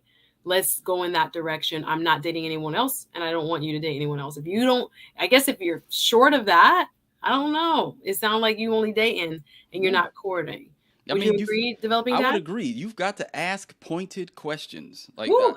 I'm asking, I'm giving my sons, I'm telling my sons, you have to be upfront with the young lady that you're courting and tell her, this is my vision for marriage. It may change, minor details of it may change, but Yes. this is what I see. I want this many. I'll tell you, when I was 13, and I did this because I was just around this, but I had a list of things that I wanted out of my life around that time. And it started with a wife.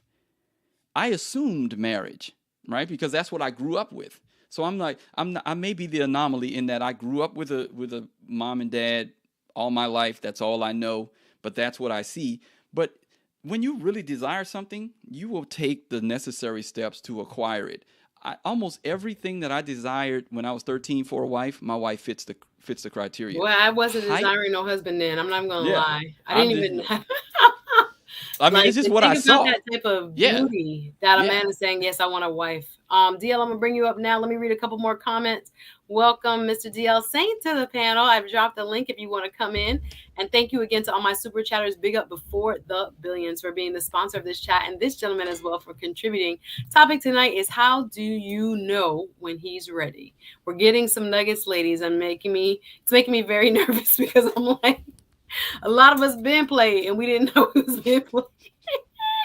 A lot of us have been out here in these what should I say, dating games, quite frankly, and thinking that, good behavior, i.e., taking you to dinner, giving you flowers, opening your car door, pulling out your chair, taking you to an expensive concert and all this stuff.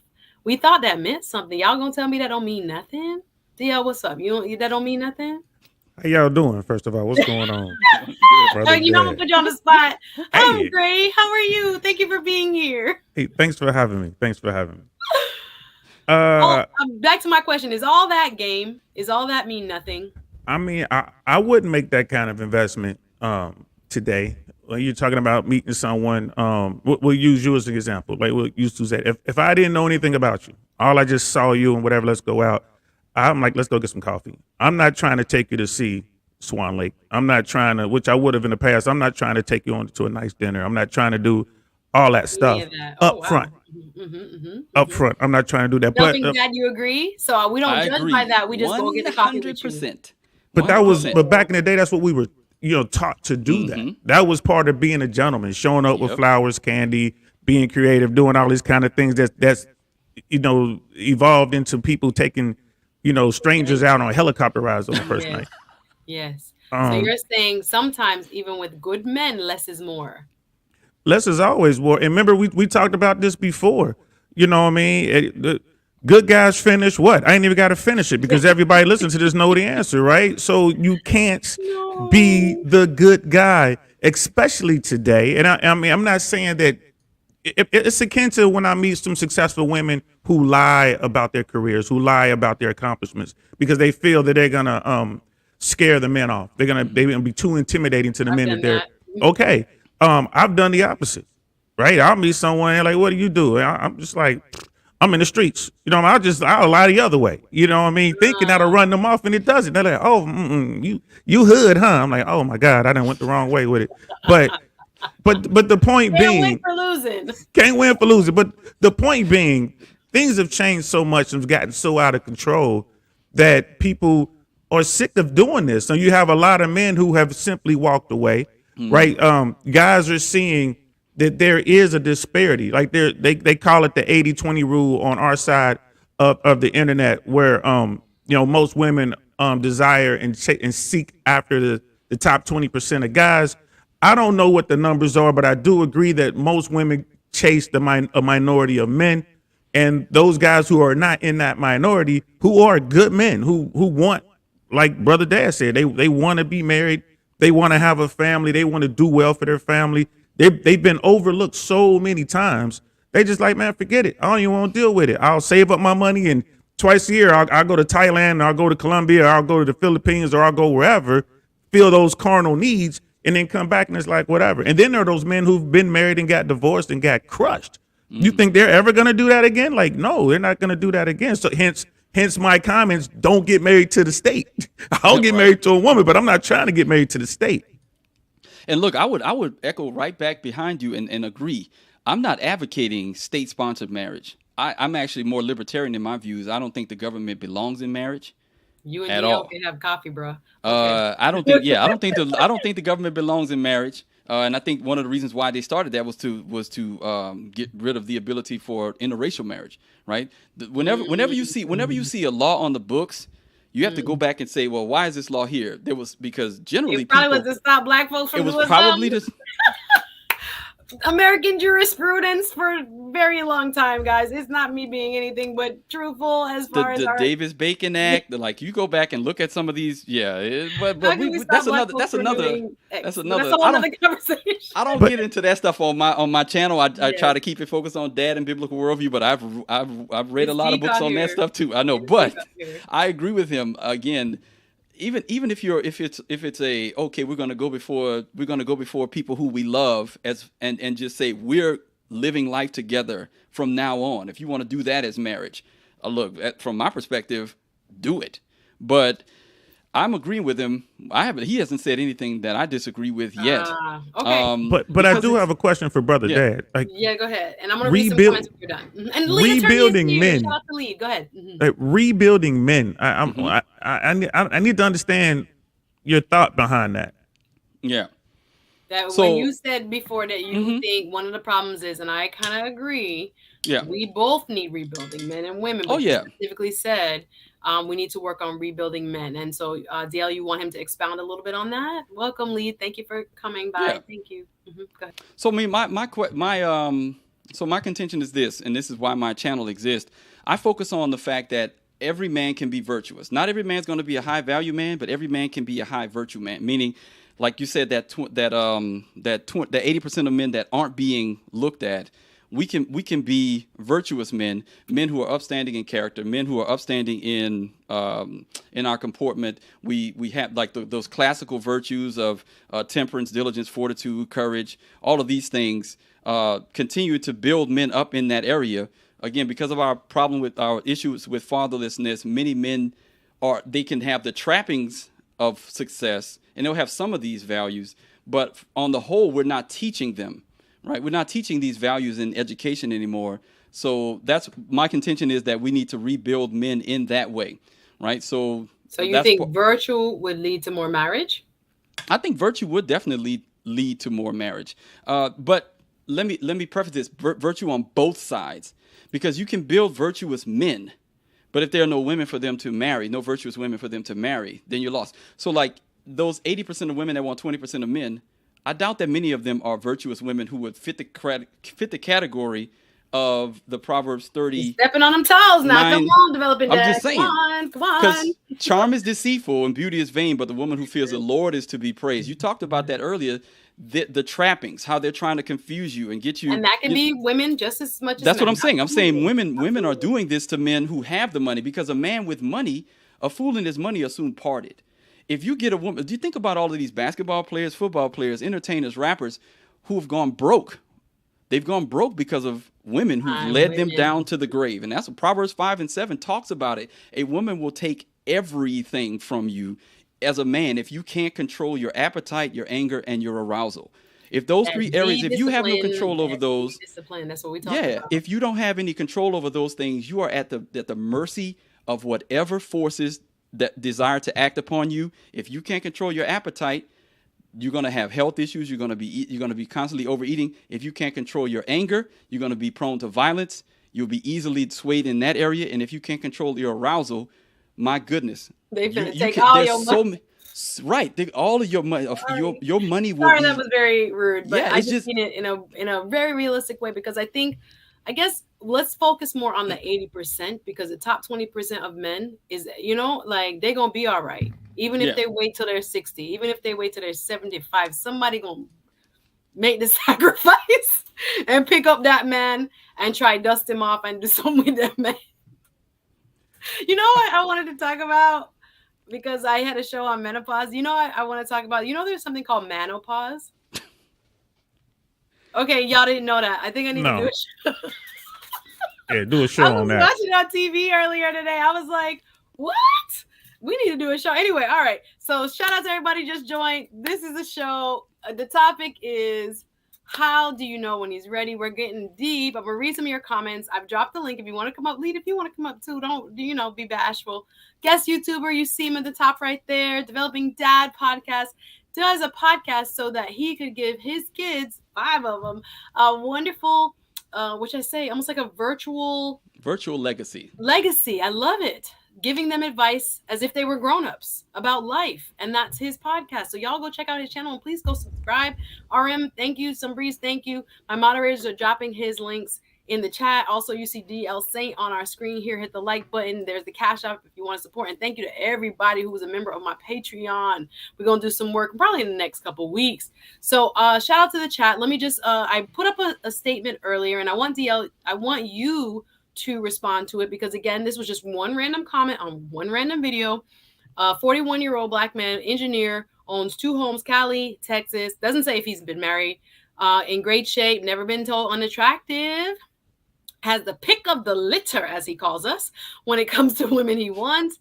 It's like the roles are reversed. I have no plans on settling down now that I've made it, and how it would be basically for women similar to them in their 20s. I think it's disingenuous for women to ask men to settle down when they've made it, when those same women wouldn't settle down when they had it going on. All right. So, D, I'm going to ask you to respond to that. And I'm going to read a couple of the chat about that specific comment because you'll see some of the comments made. Some of y'all who are just joining may not understand what the context was. So I just wanted to put that back up. I see Kimo had responded to it. And he said, on that bitter comment, a lot of people, again, we're not saying that's representative of all men. We're not saying that at all. This is one random guy. And I just thought, let's discuss it. On that bitter comment, a lot of people, both genders, are being radicalized online. His opinion. People are developing extremist views of some form or another, especially when they find others who sympathize with them. I saw a comment that was like, if that's what's out there, I'm gonna be single. I don't know where it was, but I thought it was interesting. Let me see. Hey, Andre, see you in the chat. Big up yourself night. Thank you for being here. And I saw a couple other people respond to it. I'm sorry if I'm a little behind in the chat, but I want to bring that up again. And let me know when you want me to go because I definitely have some thoughts on that. Okay, sorry, yes. And they were asking DL. I didn't see this. Miss Gold Girl says, can DL explain or give an example of how the government would be in marriage? Interesting. Hold that thought. Yeah, family court. We'll just leave it right there. Rebuilt, says the lead attorney. LOL Lee. Very interesting. Wow, teach them. They tripping over here, needs watches. LOL. Yeah, Miss Gold Girl as okay, but not up in his marriage though. The marriage is over at the point of the child support. Okay, so they're saying about marriage and where it is. Yes, menopause is a thing. I'm out. Lee, Lee, I want to go both sides of the coin. Can I please? I agree with you. Everyone's speaking in extremes nowadays. All right, so go ahead, DL. Let So ask you yeah, what you with think that about comment statements like that. from that brother, whoever he was in California, this guy right here, Yes, Mister Sim, the professor. Yeah, it makes sense to me. Like, okay, let's remove emotion from what he's saying and just look at it. He's 41 years old. He's an engineer. That's a lot of education. And on the other side of that, he's gonna come into financial security, which is gonna make him very attractive to most women. He's kept himself in shape. He didn't get fat. You know what I mean? He stayed on his grind. He obviously got. I'm assuming he got his mind, together, right? He knows where he's going, in that sense. So yes, he's going to be highly desired by women. Yes, and the thing is, he's saying, well, why should I settle down now that I've finally built myself up? I finally done the work, and now women find me attractive, or even willing to come after me. And then people are really negative about that. Like, oh man, what's wrong with dude? He's saying all these things. He's a horrible person. I would argue that when women are young and beautiful and they're at their peak of attractiveness, let's say, and they're guys coming at them and they're exercising their options all day long, is you go girl, the world is yours, you know what I mean, boss babe, whatever you want to say it, she's basically having her fun. And then she gets to a point where she wants the security, she wants someone to be there for her, she wants to settle down and have a family, and she's going after a guy who is now entering that phase of his life where he's highly desired and sought after and he has all these options. I think that what people are missing is there is a difference between the sexual market value of men and women and when we peak. On one side of the internet in the RP world, they talk about that women are, let's say, blessed with their value at birth, and all they really need to do is preserve it. And I think that's what Brother Dad is talking about here. When you want more virtuous women, and men are not, they have to put in the work to get there. And once they get there, I guess we're talking about here today that we need men to be more virtuous once they get there. But that's crazy talk. Like once you put in all that work, you stay disciplined, you get the education, you get the bag, whatever it is, and now finally all these beautiful women want to be with you, and you're supposed to say, no, I'm just going to take this one woman who was my age and I'm going to do this, that, and the third. You know what I mean? A lot of guys get like, man, you must be out your mind. I'm not doing that. So I think there's definitely an imbalance there. And then a lot of comments about, oh, people find these groups online and they kind of get into this cult-like mindset.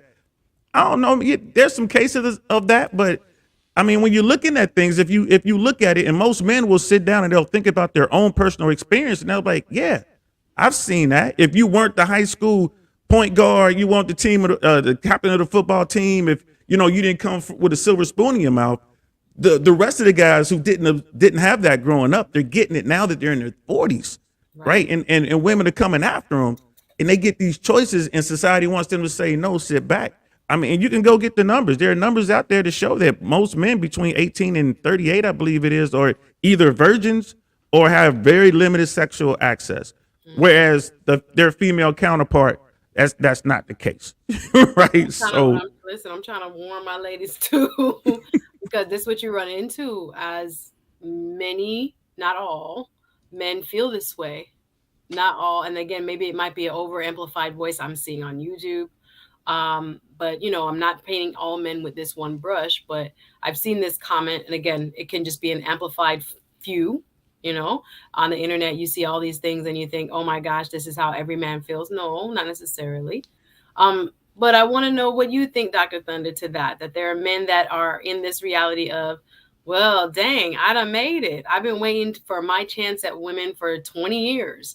I was looked over. I wasn't the high school stud. I wasn't the college stud. I wasn't the hot guy in my 20s. I wasn't in my 30s. But now, lo and behold, there's way more single women in the 30s and 40s now looking at me that I'm a 40-some-year-old man.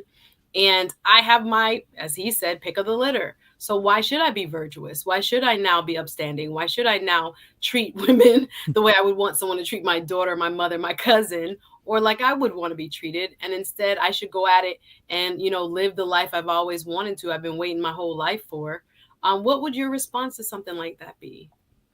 So, I mean, there was a lot of good things that you said in there. I think most men who accomplish what Dr. Sim has by the time he's 41 have certain virtues, right? So there's diligence, there's fortitude, there's patience to be able to last that long, within your career. Things like that. Like that goes without question. So I'm not saying that man wasn't virtuous and now he needs to become. No, virtuous. We don't know nothing about Right. him. Random person. Right. Not Right. random person. Yeah. So, but You even made in a that public comment. That's why. right in that situation, again, it really depends. And I'm coming at this from the Christian worldview, right?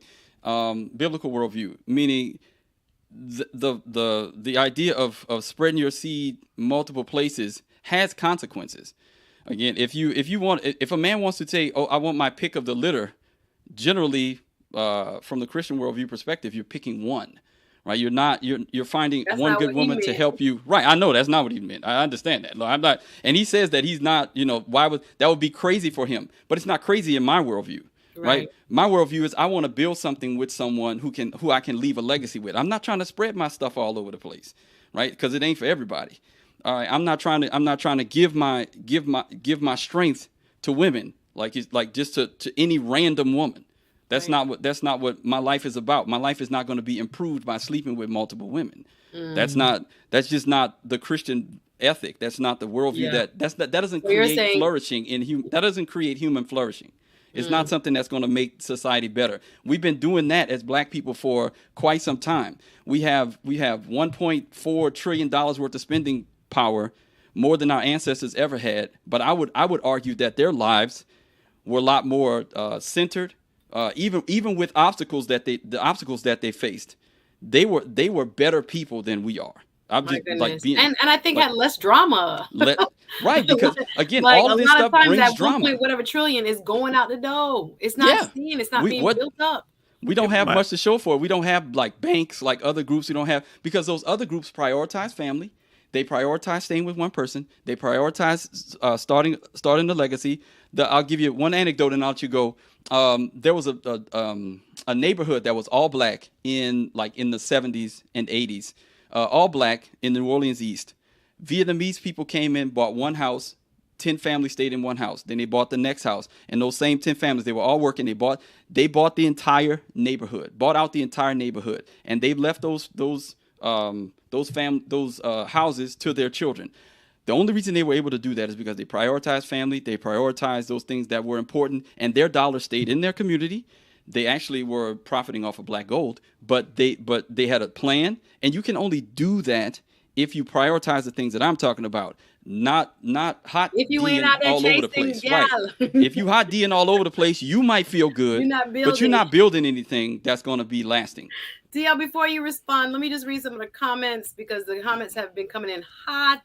Sandy B. Wagwan, Sandy B. Law, Learn Biz podcast says hurt people can't see past their own hurt to be open, in relationships. The toxic messages on social media don't help. Miss Pollard adds, for the life of me, I can't understand why so many men in their 40s want to do what a woman in her 20s would have done. Interesting question there. Hey, Dr. Thunder, how are you? Nice to see you. Miss AKA Lady adds, if women are born with virtue, but men have to develop in it, then it sounds wise for a woman to wait until a man develops. Interesting. If women are born with virtue, but men have to develop in it, then it sounds wise for a woman to wait until the man develops. Go ahead real quick. So I would say that the distinction that DL was making was the difference between value and virtue. Okay. Women have value by value. nature of their womb and their beauty coming out, right? Different between virtue and not men, value, right? Yeah. Men have to use their virtue to get to the point where women will want to be with them. I'm not like, my looks are not what my wife values about me. It's the fact that I can take care of her. It's the fact that we've been living in this house for the past 11 years and no bills have ever been missed. And we're Hey, building all the, that's what she cares about. The fact that I'm taking care of these 5 children. If I got a little pot belly while that's happening, oh, we gonna rub so on it if right, the bills. she gonna rub on it because I'm taking care of her. Yes, Right. So sir. that's what that's about. That's what I think that's what DL was talking about. And that I'll man, that cocoa butter it for you. right, that 41-year-old man is saying, I have everything ready.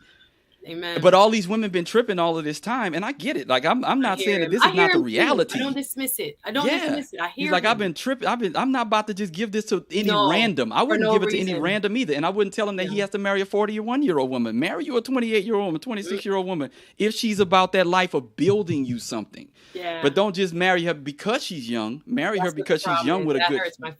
feelings. Okay. Yeah. The average man has 7 to 10. Doug adds the average man has 7 to 10 sexual partners. Hey, Dr. Thunder, I'll bring you up in just a moment. Sexual partners in his lifetime. I can't remember the study to cite my source. Wow. The average man has 7 to 10 sexual partners in lifetime. I can't remember, but the research is out there. Interesting. Miss Mika, nice to see you. Tampa in the building says that post sounds a little salty and resentful kind of towards the end of it. I hear you. Again, people write all kinds of stuff. Doug, 7 to 10. I don't know. But maybe he's talking about that 80%, not that top 20%. Mm, Maybe he's talking about that 80% right. of other guys that are Yeah. left on the Yeah. sidelines. I think when it averages out, I mean, those numbers look right. I mean, there are Yeah, studies that's a out there lot. right That's now. not a lot. That's That's every few exactly, years.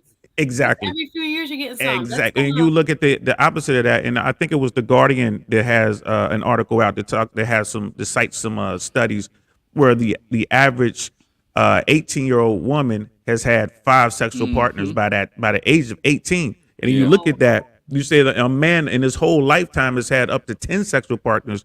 And again, and someone asked, like, well, why are the 40-year-old men going out acting like 20-year-old women? Because they can. I mean, Right. when they They were ain't 20, never they had the couldn't get it. opportunity. They couldn't get it. So if women and men were to have the same access at the same time, things might be different. They all go through they 3 or 4 phases together, right? And then they all taper off towards the end. But that's not how it works. Yeah. And thank you, mercy. Suzette, for having me here, because these conversations normally devolve into like shouting matches and whatever.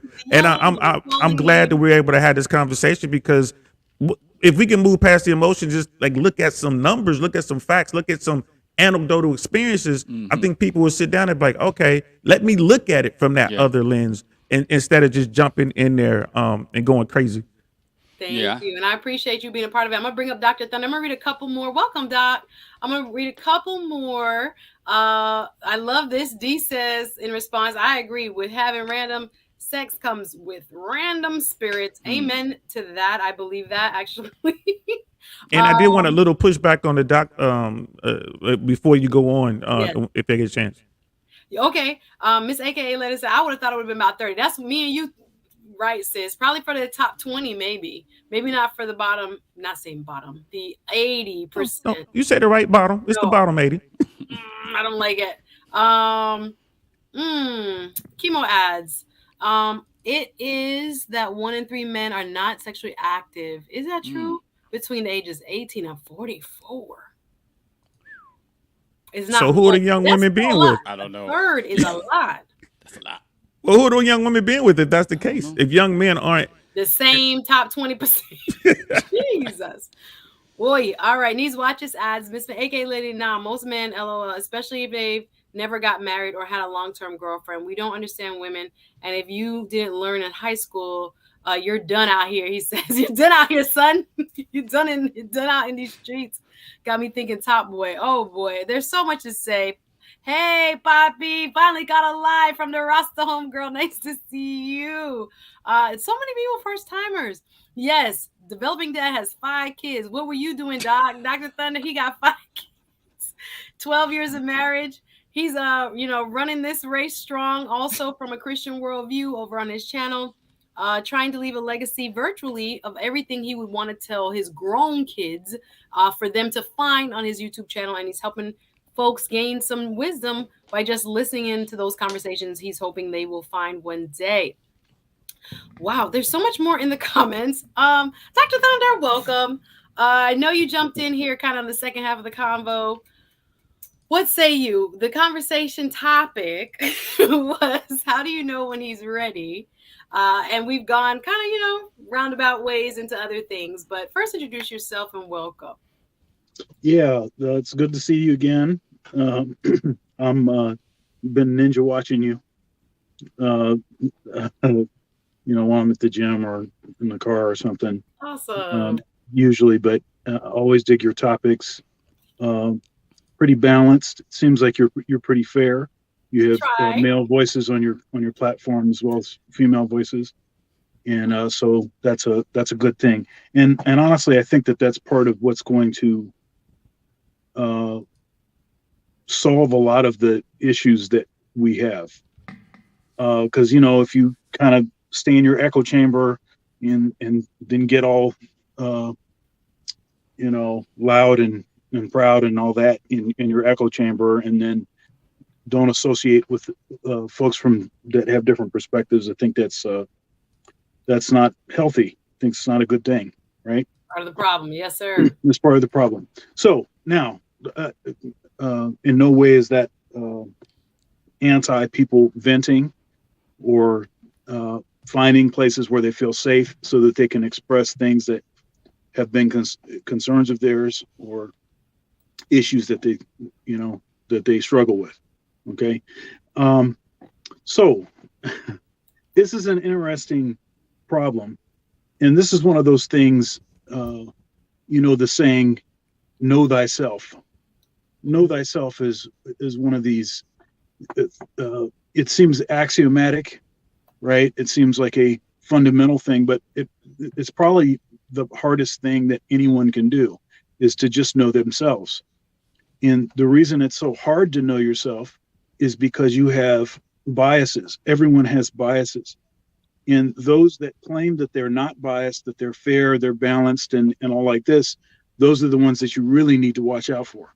At least if you have an understanding of what your bias is, then you can try to associate yourself with folks that have a different perspective and sort of hedge yourself against those vulnerabilities. All of us have blind spots. Okay. So this is one of the reasons why you need community. You need people. You need other folks. Yes. And men and women are different. And that is a good thing because it actually allows us to be able to see in our blind spots.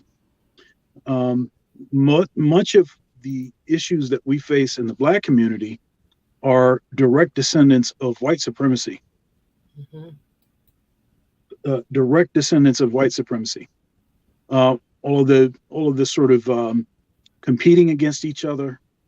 Our women believing that what's the point in I can do bad all by myself, this kind of thing. All of that stuff comes straight from that was a strategy that was used to try to weaken our community, and it's been masterfully successful. Now, how do we start to get to the place where we can fix some of these issues? Well, I think the first thing is our mate selection has to drastically improve. Mate selection. We believe the hype. We want the same stuff that everyone else has, and we're willing to take shortcuts to get it. And that's always going to lead us to a place where, you might get some of what you want, but mostly you're going to get stuff that's not good for you. Right. So if we just, sit around and if we listen to the media, if we make decisions based on what everyone else says, hey, this is the stuff, these are the positive things, but those positive things are all materialistic, or they're all not based on anything tangible, not based on anything real. That's going to be a problem. And I will be honest, I do believe that if we could get the mate selection issue solved, almost every other issue would be almost instantaneously fixed in our community. If we could Picking get better that, mates among each other.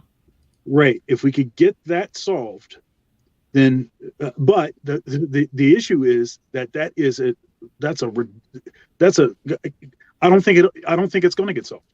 I don't think it's possible to solve it, because you can't even get people to sit in the same room and talk to each other. And as soon as it sounds like there's any kind of criticism against one group, they get defensive, and rather than taking in the information and so you see it from this perspective. Look, the real love is tough love. And if someone is not willing to tell you the truth about you, I'll tell you. I was cited in the L magazine, and they were trying to dox me and whatever. But there's this sentiment that criticism of Black women is evidence of hatred. That is not that is not how that works. The reason that someone would criticize you, now it might not be done right. It could have the wrong energy on it, everything else. But the reason that people would spend any time talking about you, criticizing stuff that you do, the only reason that they would do that is because they actually care. The people that don't care about you don't say nothing about you. They just walk the other way. Okay. And that whole thing about, that the love and hate thing, it's like two sides of the same coin, right? See, the thing is that the opposite of love is not really hate. The opposite of love is apathy. Oh, wow. Right? Because they don't even care enough to even look your way. At least a person that is hurt and they might say stuff that is edgy and they might be criticizing you and calling you names and stuff. That person actually does care about you. Yeah. That's a hard pill to swallow sometimes, but that actually is the case. So anyhow, I've talked for a long time. No, that's okay. So but partnership selection, you said, is the key. And mate selection. Emphasizing what really should be desirous for successful marriage. Can you give me some example of that when we say we're not on track with our partnership selection, and where we should be, what direction we should be pointing to, as opposed to where social media, pop culture, all kinds of forces, as you described, is pointing us? What needs to be a part of our partnership selection criteria? Well, I'll tell you about my wife. Okay. So my wife is modest. She is friendly. My wife is she's courteous. She actually cares about me. Right? She showed that she cared about me before we got married. We met at a time when I was not at my I don't want to say I wasn't at my best, but I was at a low point. Okay. And this is a long time ago, but I was living in the basement of my grandmother's house. I hear you. Okay. Now I had a job. I had a job. I was a professor, and I also was a church musician. That's how I met her. I met her in church. See, that's another thing. And don't let people convince you that meeting a woman in church is the same as meeting them on the street.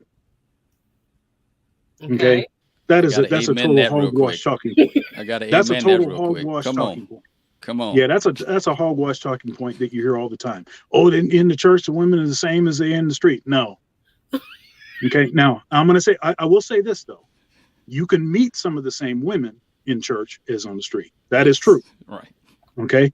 But you're much more likely to meet somebody that has certain characteristics in church than you are on the street. And what is the point if you met her in the street you can't be surprised when she starts acting like she's from the street. Rah, rah, shots fired, Doc. Shots fired. Okay. And Shots fired. and I want to tell you, I'll tell you, it's there's and I'll be honest with you. Part of what landed me in my grandmother's basement was poor decisions with respect to women. That has been the thing that I've struggled with the most in my life. A lot of men struggle. A lot of men struggle with discernment when it comes to women. Yeah. Well, it's confusing. It's confusing because women know that they can dress a certain way that gets a certain kind of attention, and they know how to turn a certain thing on, when it's beneficial to them. And it's confusing.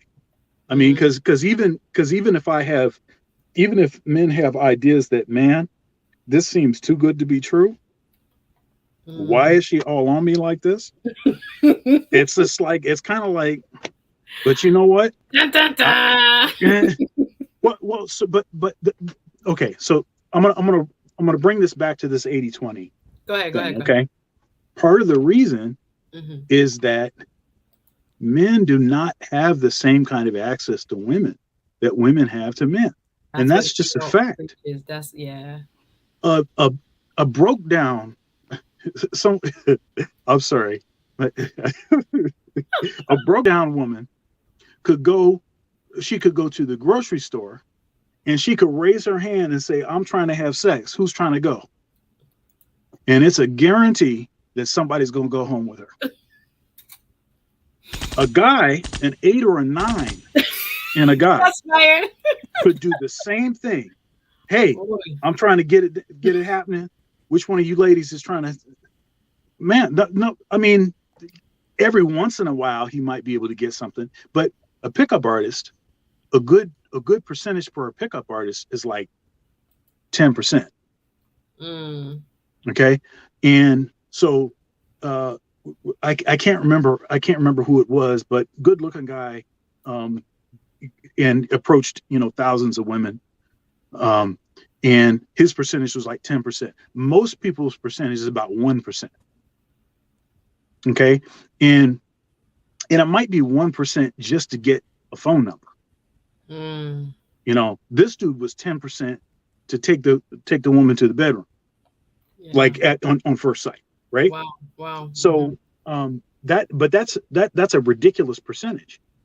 Any woman, at least 80 to 90%. Almost any woman. Okay, so your point being what? Because of our access being so much more available than any average guy, what happens? Yep. Well, I think what happens is it makes it difficult for guys to make good decisions with respect to women because they have little access. So if this woman is trying to give it to you, you're going to be like, I want to say no. Everything tells me to say no. But when is the next time I'm going to have this access? Got it. And that's just not something that women deal with at all. Even a morbidly obese woman does not deal with that. Now they will claim that where are all the good men? Where are this? I can't even find somebody but it's cap. Most of that is cap. It's capped because when they say where are all the good men or where are all the men, they're ignoring 80 to 90% of the men that have been throwing themselves at them the whole time. Oh, wow. They may actually be rejecting somebody as they're videoing as they're taking the video, rejecting. Hey, get away from me! Oh my! I told you I don't give people my number. Where are all the men? Oh my God. Thought you said so much. Let me get in these comments. I know Developing Dad, I told him I would be here with him 2 hours on the dot. He got 5 kids, y'all. So he's going to have to go in like probably about 5 minutes. So sorry. I'm enjoying the conversation. Dr. Thunder, TL Saint, Developing Dad, doing some work. And if you do have to drop off, I know you got a whole life. Sir, please do. I thank you for being here and committing to the 2 hours. I appreciate it. Poppy is saying, Poppy Blanco TV saying, nope, the closeout rate probably about 25%. lack For a of good pickup abundance, artist. Yeah. even 320-pound females. Y'all got me. Let's not go into. I was more shocked. Sorry, it was kind of like a oh my goodness. But understand your point.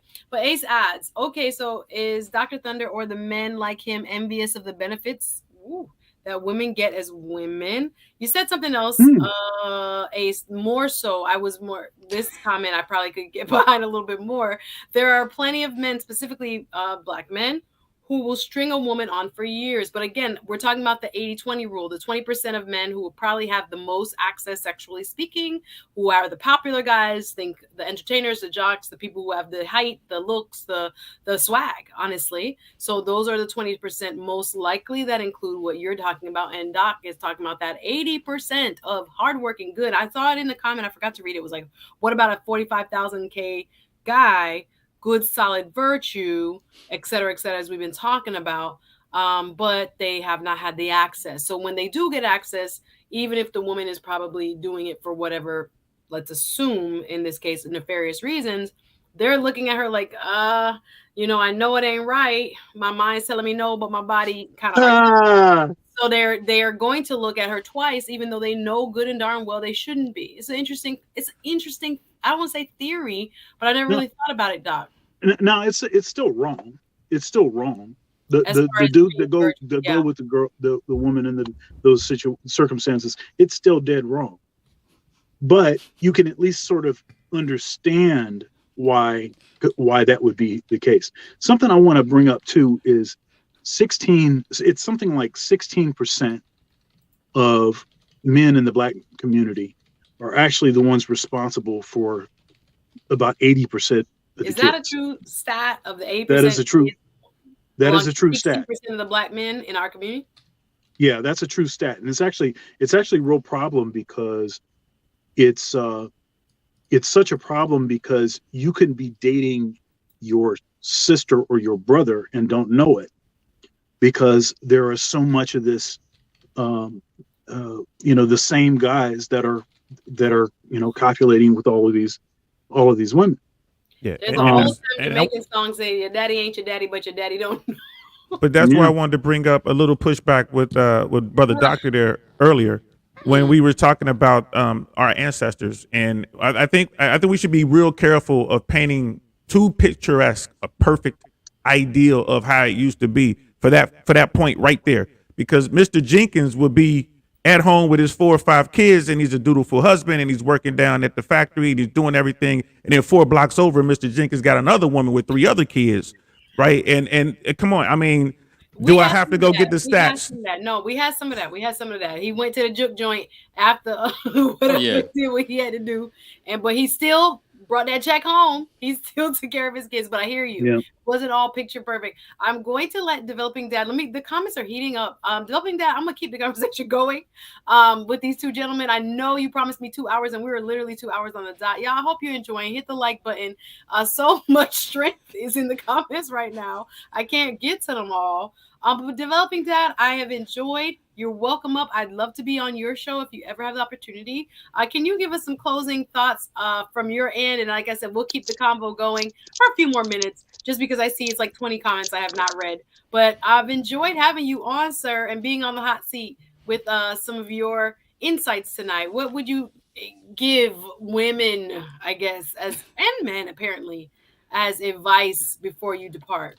So I would just say, go back and watch the show. I know there were some things that we talked about that, we may have gotten a little bit off topic, but we were having a good time, just free flowing discussion. Let me give you a few pointers. Like, this is for Christian women, and I'm going to give you just a real quick thing that you can use, and it's something that everybody knows who's a Christian. You probably heard of the Lord's Prayer, right? So I'm going to give you real quick how to know that he's ready from the Lord's Prayer, and you can take this with you, all right? All so right. let's here we go, all right? It's going to be quick. I'm going to make this quick, right? 2 minutes or less, all right? So, our Father which art in heaven, right? The question you should ask is, does he have a relationship with the Lord? Hallowed be thy name. Does he honor God's name as holy? Does he have a reverence for God, right? Thy kingdom come, thy will be done on earth as it is in heaven. Is his will aligned with God's will? These are things you should be asking if you're trying to figure out whether or not a man is ready as a Christian woman. Give us this day our daily bread. Does he provide? Does he work? Can he provide for you? Does he trust God for his provision? Right? Those are very important things to ask. Forgive us our debts as we forgive our debtors. Is he willing to intercede for you? Does he pray for you? Is he a forgiving man? Does he have a heart of forgiveness? Is he not too hard? You don't want a pushover, but you also want a man who is flexible and who is willing to work with you to build this life, right? He's setting the pace, but doesn't need to be too rigid. Is he a forgiving man? And then lead us not into temptation, but deliver us from evil. And I talked about this earlier. Does he have self-control? Can he control his appetite, his anger, and arousal? You will know. After the first thing we talked about was, does he want to get married? Then you go down and you can ask these questions just based on the Lord's Prayer. Obviously, because when Jesus was told, when the disciples asked Jesus, what should we pray for? He gives them the most important things. And then I would say these are the most important things. You could probably make a converse list for women as well. But I would leave you with that. Watch this little section if you want to, come back. I may actually do a video.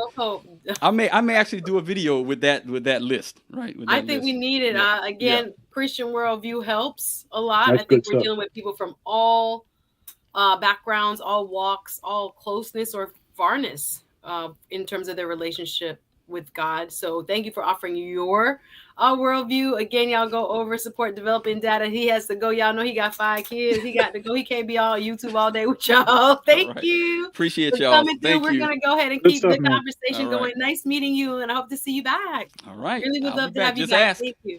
Just Awesome. ask. It's been a All pleasure. right. Thank you so Okay. much. Developing Dad, y'all. Go subscribe. So Suzette. Yes. Oh, wait a minute for you. Yes. Development Dad. There you go. Yes, for Developing Dad. He deserves it. Like when Dr. Thunder finished, there was so much commentary. We couldn't even get through it. I know, but Go if ahead. I could, yeah. Yo, I'm just gonna pop them up one at a time. Go ahead. Okay, so what Development Dad is saying, it's kind of like, I'm gonna make an analogy because military guy. I used to be in the military. So what he is saying works in principle. It works on paper. It is okay. I hear what he's saying. I'm like, man, that would be great. But every mission I ever trained for in the military, all of our plans look good on paper. All of our training went great, and then we jumped in and we got there. And none of that works. None of it works. It was complete chaos. It's like that in every battle. It's like that on every mission I've ever been on. It's never what you expect. So what the brother is here now, Dr. Thunder, is saying makes more sense to me. Understanding dating strategies. Understand male dating strategy versus female dating strategies. If you do that, you have a better chance of adjusting when needed, when you are confronted with certain things. Men look for certain things in relationships, and especially when they're seeking long-term relationship versus short-term intimacy. And the same thing with women. They're looking for different things. If you arm yourself with that, you have a better chance of being successful. And that's what I'm hearing here. Because, Ace Butterfly, I love you, Ace. You're amazing. However, in order for a guy to string a woman along for that long of a period of time, that has to be a top tier guy. You won't even get a number to the guy who's serving you coffee every day, who might be sitting on $300,000-$400,000, right? But you will never know because he can't get through those barriers unless he's a pickup artist. And if he's a pickup artist, he only wants one thing. So I mean, and that's why pickup artists are so successful. They understand female dating strategies and they use that against their potential mates or who they're hunting. So and I want to get some, since you said that, I was getting into it with Doc, and I'm glad he kind of expounded. There's some pushback, Doc, on some of the stats. Ace Butterfly does not agree with the stat. Life of Cash, nice to see you, was saying 54% of Black men are single and childless. 30% are married. Okay, yep. Interesting. That's where the 16% comes from. So, here is okay. What was the issue? Ace said Ace was something saying earlier. she says that stat is false. Please stop repeating it. But I'm not sure. Which stat? I think it was the 16% having all the children. Yeah, so that's not all of the children. There's still 20% left. But we're talking about, in particular, we're talking about 80% of the out of wedlock births, Oh, okay, are created by this 16% out of pool of wedlock guys. doesn't count Now marriage. here's Okay, okay, okay. and I understand that. so that's one thing. The second thing is, in the history of the world, and you can just look at people's genetics. It verifies this. But in the history of the world, only 40% of men have procreated. 40%, whereas close to 90% of women have procreated. Okay. Now, the reason for that Wow. is actually a good reason. There's a good reason for that, and that is we want to put our best into the next generation. All right. And it's always been the role of the woman to say no. Okay. So if say for instance, in the animal kingdom, it's always the female. It's always their role to say no. They're the ones that decide who makes it to the next generation. Right. And you see this not just with mammals, you see it with birds. A male bird that doesn't have perfect symmetry, Oh yeah, and beautiful perfect feathers coloring. like the peacocks and all that. Oh, they got to show out. They got to show That's out. right. We're not having it. If they don't have absolutely immaculate color symmetry, they will not procreate. Okay, Right. and so it's always been the woman's role to say no, but now women are not saying no. That's the issue, and they're saying yes for not great guys often, and often is the case that that it seems that they're deciding to say yes to the same bad guys over and over, and then they develop this. Women tend to develop this sort of because all they have dated are these slumlord dudes that either string them along or that are just trying to pump and dump or just whatever it is. Since those are the only guys that they deal with, they say that all guys are like that. When in fact, it's such a small percentage of guys that are actually that way. Right. I mean, women have the opportunity to protect for their bad decision with a mating choice, right? So in today's world, right, like it or love it. I mean, I don't want to make this a pro-choice, pro-life thing, but in the West, you have the right to choose whether you exercise it or not. So if a woman is with a guy, let's say, back in the day, she was real selective who she would be intimate with because it had consequences, right? She would, there's stigma involved. You're going to be with a guy who can't provide. You're stuck with that. You're in this bad situation. Whereas now you can decide and you are backed by society. Courts will back you up. So you can say, you know what? I don't want to have Jimmy's baby because he's too short or he's too big or he don't make enough money, whatever. But I'll have the baby of this football player over here because that's going to give me X amount of dollars a month, and it's going to be backed up by our society. So maybe that plays into it a little bit. I don't know. I'm not a woman, but it's like you're working with a net. Yeah, but you don't have to be a woman to know that what it is that you're saying is true. I mean, I just don't want to get into a fight. That's all. No, you're being. I appreciate you being kind of a little bit PC. Suzette is reasonable though. No, I hear what he's saying. I hear what he's saying. You're trying to make the fact known that women have choices, even in this, especially in this day and age, when it comes to gatekeeping, if you will. Yeah. And then there's a lot of talk in the chat about competing with women. Yeah, this is a good conversation between Kimo and Miss Girl. Yeah, like there's a lot of. But here's the thing with that. I don't believe top tier guys are competing with women. There's nothing that a high earning woman has that top tier guy doesn't already have. So he's not competing. He's simply pumping and dumping. He's simply exercising options. And then that woman is like, oh man, you just mad at me because I'm powerful like you. It's like, nah, I'm powerful.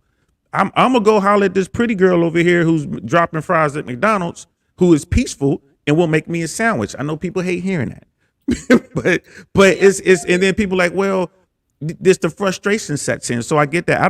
I don't know any guys personally who compete with women and they like, oh, I can't deal with her. Nah, the guys I know are just they get what they want and they get to choose. So, you know, the bottom 80 would love to have that woman who feels slighted by that top tier guy, but that woman doesn't want to be with that bottom tier Nope. dude. Nope. So I was saying that the 40% of men procreate, 90 some. Okay, so what's happened is that percentage has gotten even, it is starting to get even more skewed. And the reason that it's getting more skewed is because in no time in history have women had so much access to every man on the planet. And in particular, all of these men that are in that elite class that all of the women want. Okay. So it used to be that, say, before, I mean, you can go, one pretty girl in your village and one fine man in your village. There and you go. Everybody know if they hooked up, everybody had to look at everybody else. I hear your point. That's right. That's right. But now that's not the situation. I mean, it used to be that say if you're a man of means, and okay, I'm 25, I got this factory job, I want a family. Right.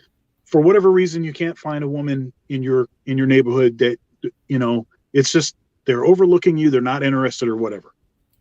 So, but because this is before social media, you can go over, you know, your aunt lives, I don't know, a state over in a particular community, and she's telling you, she's telling you that, hey, there's a couple women here, a couple girls that, you know, this is one girl in particular, I think you would like her, right?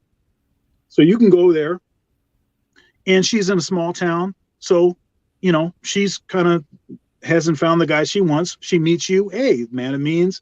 Okay, she's an attractive young lady. Okay, let's make something of it. You try to do that same scenario today, you could go to a place that you don't think has running water. If you find an attractive woman that's young, you find out that she's got 200,000 followers on Instagram. Right? So there's no you know, so that scenario is not really a viable, it's not really a way to escape more. So this you're saying challenge. Just the access, the broadening of the access. And I've read articles about this, and I actually feel like I've seen something about it where and it was actually I think it might have been a Netflix movie talking about even just the proliferation of, before social media, magazines, where men, this was probably back in the 70s, 80s, looking at pretty women all the time, as opposed to, again, what used to be just you were limited to the supply, if you will, in your immediate vicinity. No one could compare and contrast. You just knew Mary Lou was a hard worker. She was great during planting season. She would be a good cook. She would be a good, home caretaker. She would do X, Y, and Z. She was strong physically, or whatever her family traits were. Dad's a minister, this, that. You pick Mary Lou because she had good foundational characteristics that could help you just survive. As opposed childbearing hips, she can have like a whole team for you, so y'all can all get better. You're looking at the strength of that back. You're looking at her for a whole different set of characteristics, as opposed to now where you're thinking about beauty. This is where I have a problem, Doc, because I'm thinking, how has it changed the mind of men in terms of what is truly valuable? Back to what you were saying about selecting and partnership selection as one of the biggest issues, I think. We are now shifting because of the visual access anyway, and the abundance of very good looking people, highly anywhere on the internet, successful people, seeming to be a click away, and how there's this constant, well, I can do better. I think that happens to both men and women, where it's like, this is good, but the FOMO. Tell me what you feel. Tell me what you think. Mm-hmm. Fear of missing out. That's okay. So there's this settling conversation that we're having. We've been having in sort of Black YouTube, settling, and that seems to be like this terrible bad word. Never settle. And right, that's right, never settle. They never settle. And unfortunately for women, since women have a shelf life on their ability to procreate, which is that's something that a man of means is going to want, by the way. Absolutely. Is a family. So that whole holding out, that's backfiring for a lot of our women. I agree. And shout out to CGA.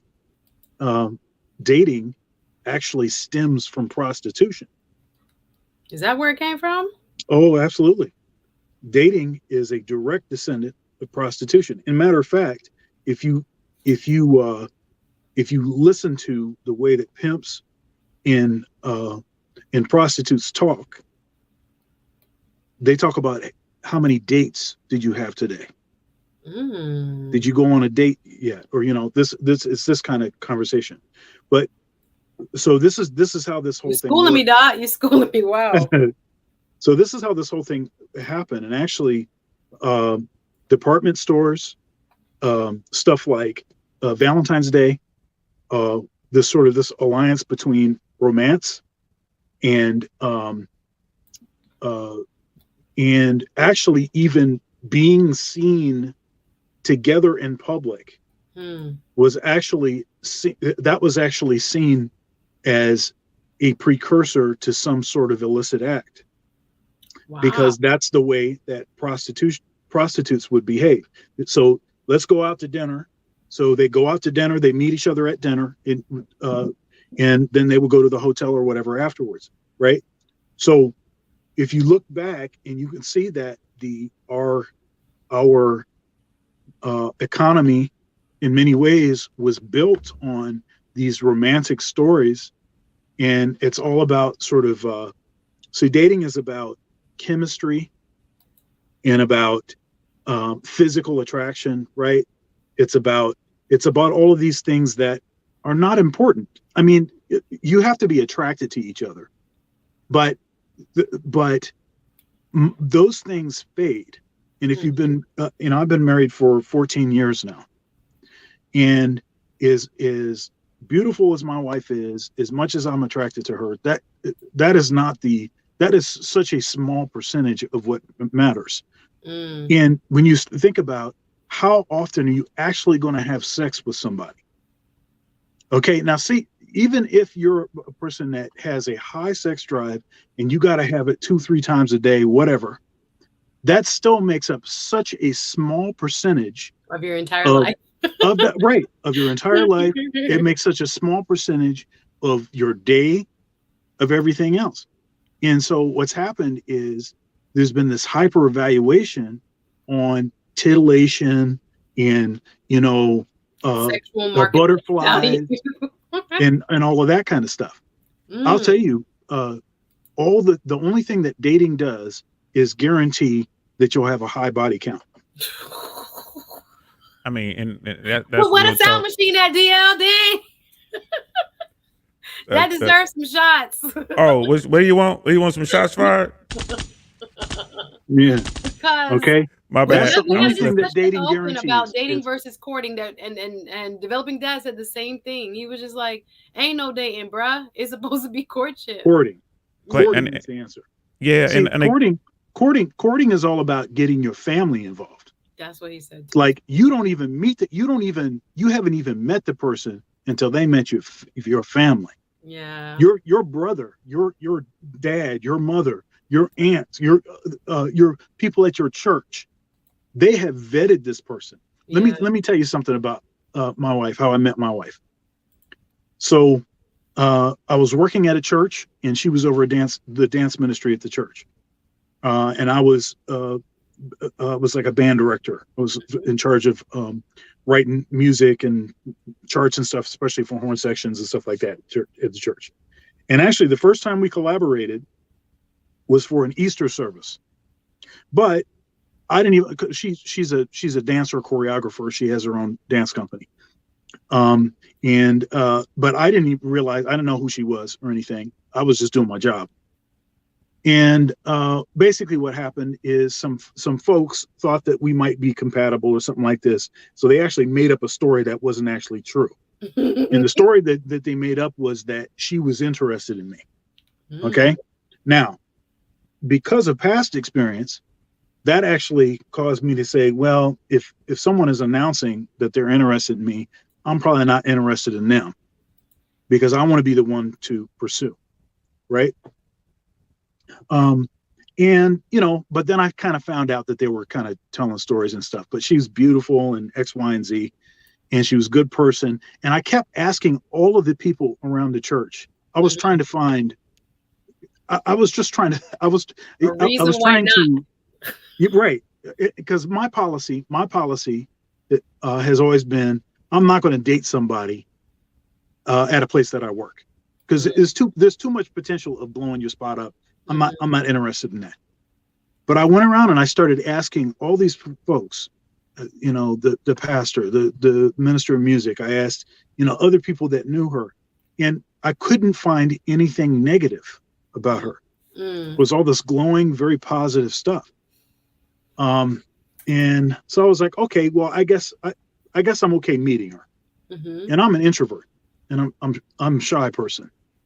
Okay, so one of the guys from the band, he introduced us, and then, you know, and that was it. From the point that we met, we got married in 6 months.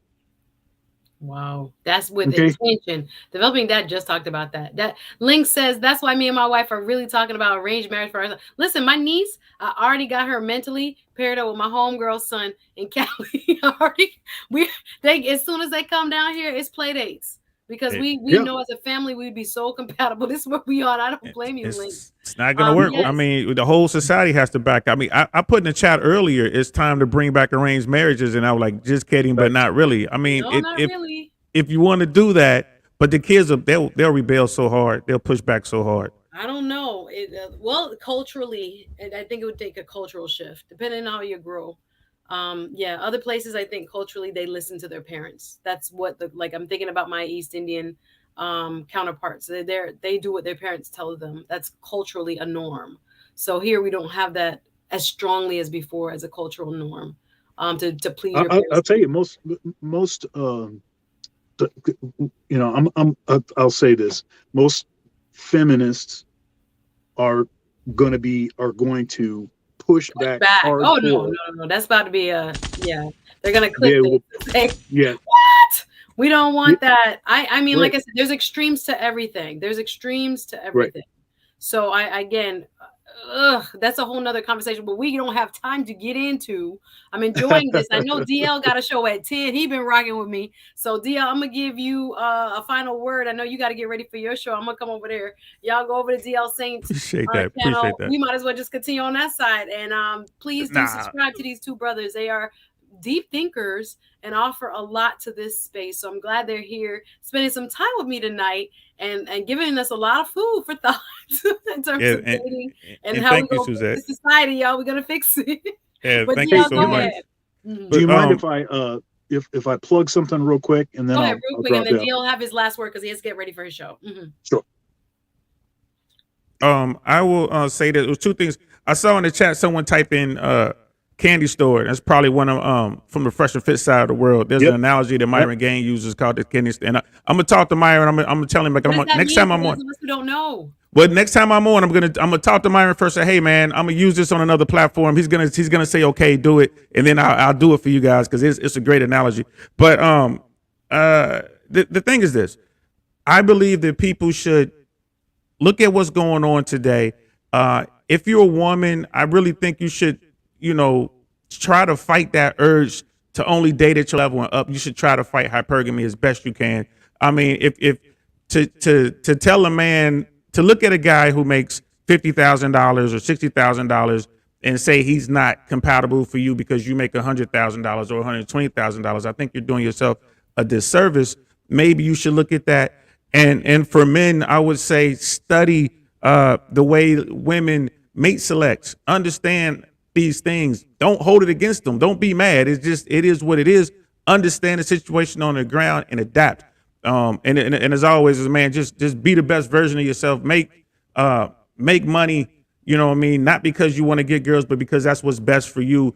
And stimulate yourself intellectually and surround yourself with really good people. And I think that'll put you in the top tier, and then you'll have the opportunity to choose who you want, because women are going to be more attracted to you if you do these things. And it can't be fake. You can't put on a cloak. You got to really be that. And like I said, unfortunately, good guys finish, and I'll let y'all say the last word. I didn't say it. It just is what it is. Thank you so much, Suzette, for having me on. I Y'all appreciate go it. over one last time. Give yourself a round of applause, DL. Oh, okay. Yeah, I give myself a round of Thank you for applause. being a part, as always. And I appreciate you. He starts his show at 10, y'all. I'm going to jump off and go over there. Thank you. Thank you. Thank you. Dr. Thunder, you've come through for me, brother, as always, with a lot of, good nuggets. I don't even know where I want to like ask you as far as the last couple questions. Let me read the chat and I'll let you make final comments. Well, Yeah. here Go while ahead. you're looking for something, I'll plug something. Yes. I've got a show on Thursdays, 9:30 p.m. Eastern Standard Time, called Thunder's Thoughts, and I've got a show this Thursday, and here's the topic: multiculturalism plus deregulated dating market equals divestment. Multiculturalism plus deregulated dating market equals divestment. Whoa. From whose perspective? Both men and women, or from men? Well, it's actually an assessment of what actually is going on, the actual numbers, and more conversation about divestment. I was reading a post, coffee and cream talk. I don't know if you know what that is, on Facebook. It's a divestors group, and they've got it. For those who don't know what divestors mean, what does that mean, straight up? Yeah, divestors are those that have decided that. Usually, when we say divestors, we're talking about Black women that have decided that they're going to leave, quote unquote, Blackistan, and they're headed for smoother sailing, because white men and men other than Black men are better for Black women. And in particular, I was talking about this coffee and cream talk. This is related to Ketanji Brown Jackson. There was a post that was made that was saying that, the reason she got her appointment because she's got a white man, and Black men just don't rise to the level of Black women. And if she would have had a Black man in tow, in other words, she's pulling him, a Black man in tow, he would have prevented her from reaching that level. But there's a lot of this kind of talk from even folks like Cynthia G and Tanya TKO. And that's different. That's a whole nother side of YouTube. But yes, sir. So in response to that, you were saying I love the fact there's also this talk from the Black men's male perspective. It's referred to as SYSBM in particular. Save yourself, Black man. Yes, I've heard this. Okay. Yeah. Yes. So so it's like the multiculturalism thing it's a trick, right? Because we can say, okay, we want everybody to have a say, we want everybody's influence from their culture and all like this. And in a place like America, hey, we get to benefit from all of these great diverse ideas and perspectives and stuff like this. But the folks that are in control are the ones that decide which ideas are promoted and which ideas are not promoted. And what ends up happening is those few folks, and most folks in America are white still, right? So it's like 70% of the population. So the folks that are the dominant group are still going to end up having the pick. And so that's what ends up happening. So as other cultures start to rise, disproportionately, they're going to end up pairing off with members of the dominant society, because they are the ones that have more status, they have more access to political power, and all of this kind of stuff, right? Very interesting. We're going to save this for third. This is very interesting because I'm thinking Yep. about several examples that support your theory, that theory. It's very interesting. It's very interesting. So that's Thursday, y'all. Whoa, I love it. Dr. Thunder never keeps it surface level, y'all. Y'all better bring some pen and some paper to go deep, because that has now given me so much thought. But yeah, some Life of Cats like, that's a trap. This is not a good whatever. Again, you should join Dr. Thunder on Thursday. What time Thursday is Thunder's Thoughts?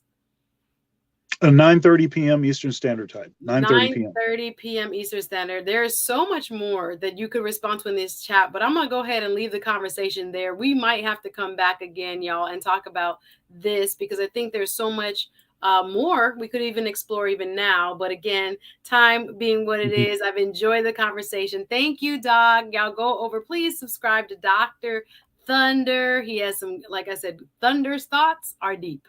And he's a professor, he's a jazz musician, he has so much experience as a husband, father, a lot of different perspectives he's bringing to this space. So thank you so much, sir, for coming up. Y'all see his name on the screen, Dr. Thunder. Go ahead and support my brother here. Thank you for coming. I appreciate you. See you next time. Have a good one. You too, darling. Thank you very much. Dr. Thunder giving me that end of the stream, deep thought. It was like, wait a minute. We're going back into it. But no, join him Thursday, Thunder's Thoughts, 9:30 Eastern. Tomorrow, I'll be live again. I will be on with Sir Hale Speaks. I think we're deciding on our topic. We'll probably be around 7 again.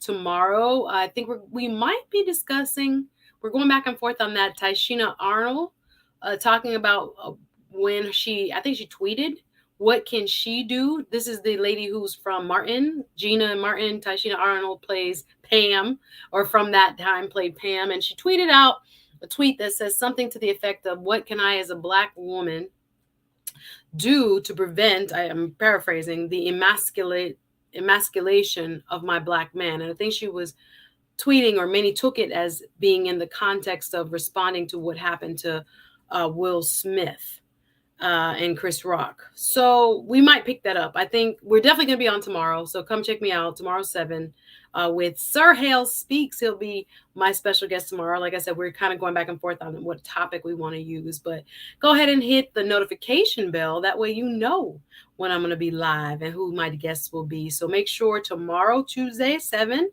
same time, same place. I'll be bringing on, like I said, Sir Hale Speaks. This has already been a wonderful week with the gentlemen. Thank you so much for watching, y'all. Hit the notification bell, hit the like bell, spam the comments. I'll leave the stream open for a little bit. But yes, I've enjoyed this. Developing Dad did an amazing job. Thank you, Developing Dad, for coming over and sharing some of your thoughts. Yeah, Thunder Thursdays. I love it. I love it.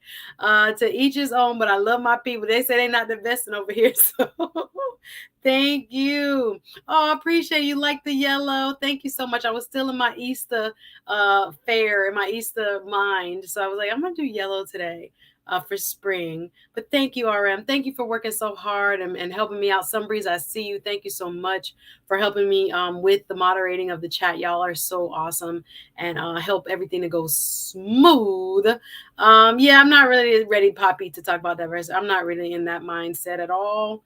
No, I don't think I am. Y'all go let Dr. Thunder open up that can of worms. That's not my wheelhouse. That's not my strength, right? I know my strength, and I think I have to have a uplifting kind of element to whatever I'm doing. So, and a unification of all of the diaspora. Yeah, I like bringing topics that will heal. So I thank you guys. I hope you have enjoyed. I'm going to go over I'll go over to DL Saint. I don't know if I'm going to be on camera. I'm just going to be in the background. Again, thank you to my guest. He was amazing. Round of applause to Developing Dad. I hope you guys go over and subscribe if you came here from Developing Dad's channel. Welcome. I hope you might decide to stay, hit that subscribe button, hit that notification bell, and most importantly, share if you can. Hit the like button as you leave. I hope you guys have enjoyed. We could keep going. Ace, by the way, I used the quote, my darling, that you sent. So I know you came in kind of late, but I did use the quote that you sent me from the gentleman's comment. So that was a part of our discussion tonight. Thank you. If you ever have any ideas, if you ever have any topics or just cool items in the news that you want to share in case I want to talk about it, thank you. Ken Nardoc, thank you. Ace Butterfly sends me stuff. Random people send me stuff when it comes to just interesting things that we can chat about in the community here. All right, so if you want to support, there goes the Cash App. Thank you so much to all of my, thank you. Round of applause to all my super chatters. Before the Billions, though, was the sponsor of tonight's stream. Thank you so much for y'all generosity. Everybody who gave, no matter how big, is never small to me, but thank you.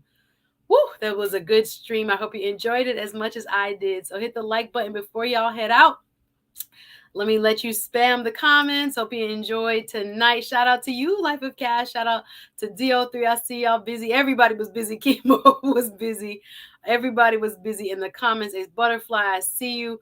Papi Blanco. I see you. Links. Always appreciate you being here, brother. Thank you. He says another quality show. That's what matters. Thank you. I appreciate you saying that. Sweet dreams, Miss RM. Andre, great show. Thank you. Appreciate you being here so much.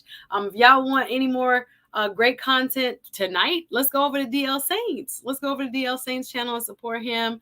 All right, Redbone, you so funny. Poppy don't regulate. Poppy just say what he feel. Appreciate you. Thank you so much, Andre. Thank you so much, Sunbreeze. Thank you, RM, again. Thank you. I appreciate you guys. You know, Dr. Thunder, salute to you, sir. Appreciate you. DL, salute. We're going to go over to DL's channel, y'all. So have a great night. Thank you, Andre. Appreciate you for coming by, sticking with me and listening. And I hope it has, given you some food for thought, made you kind of change or maybe broaden your perspective on certain things. We don't all have the answers, so it's good to hear what other people's opinions are. That's what we do over here. Until next time, says Miss Globe Girl, it's been real, y'all. Have a great evening. I'll see you tomorrow. Me and Sir Hell speak 7 p.m. Hit the notification button so that you guys will know. I think we'll do it around 7, Eastern. All right? Hit the like button before you go. Great seeing everybody. Have a great evening. I'll see you then. Take care. Have a great night. Thanks for watching.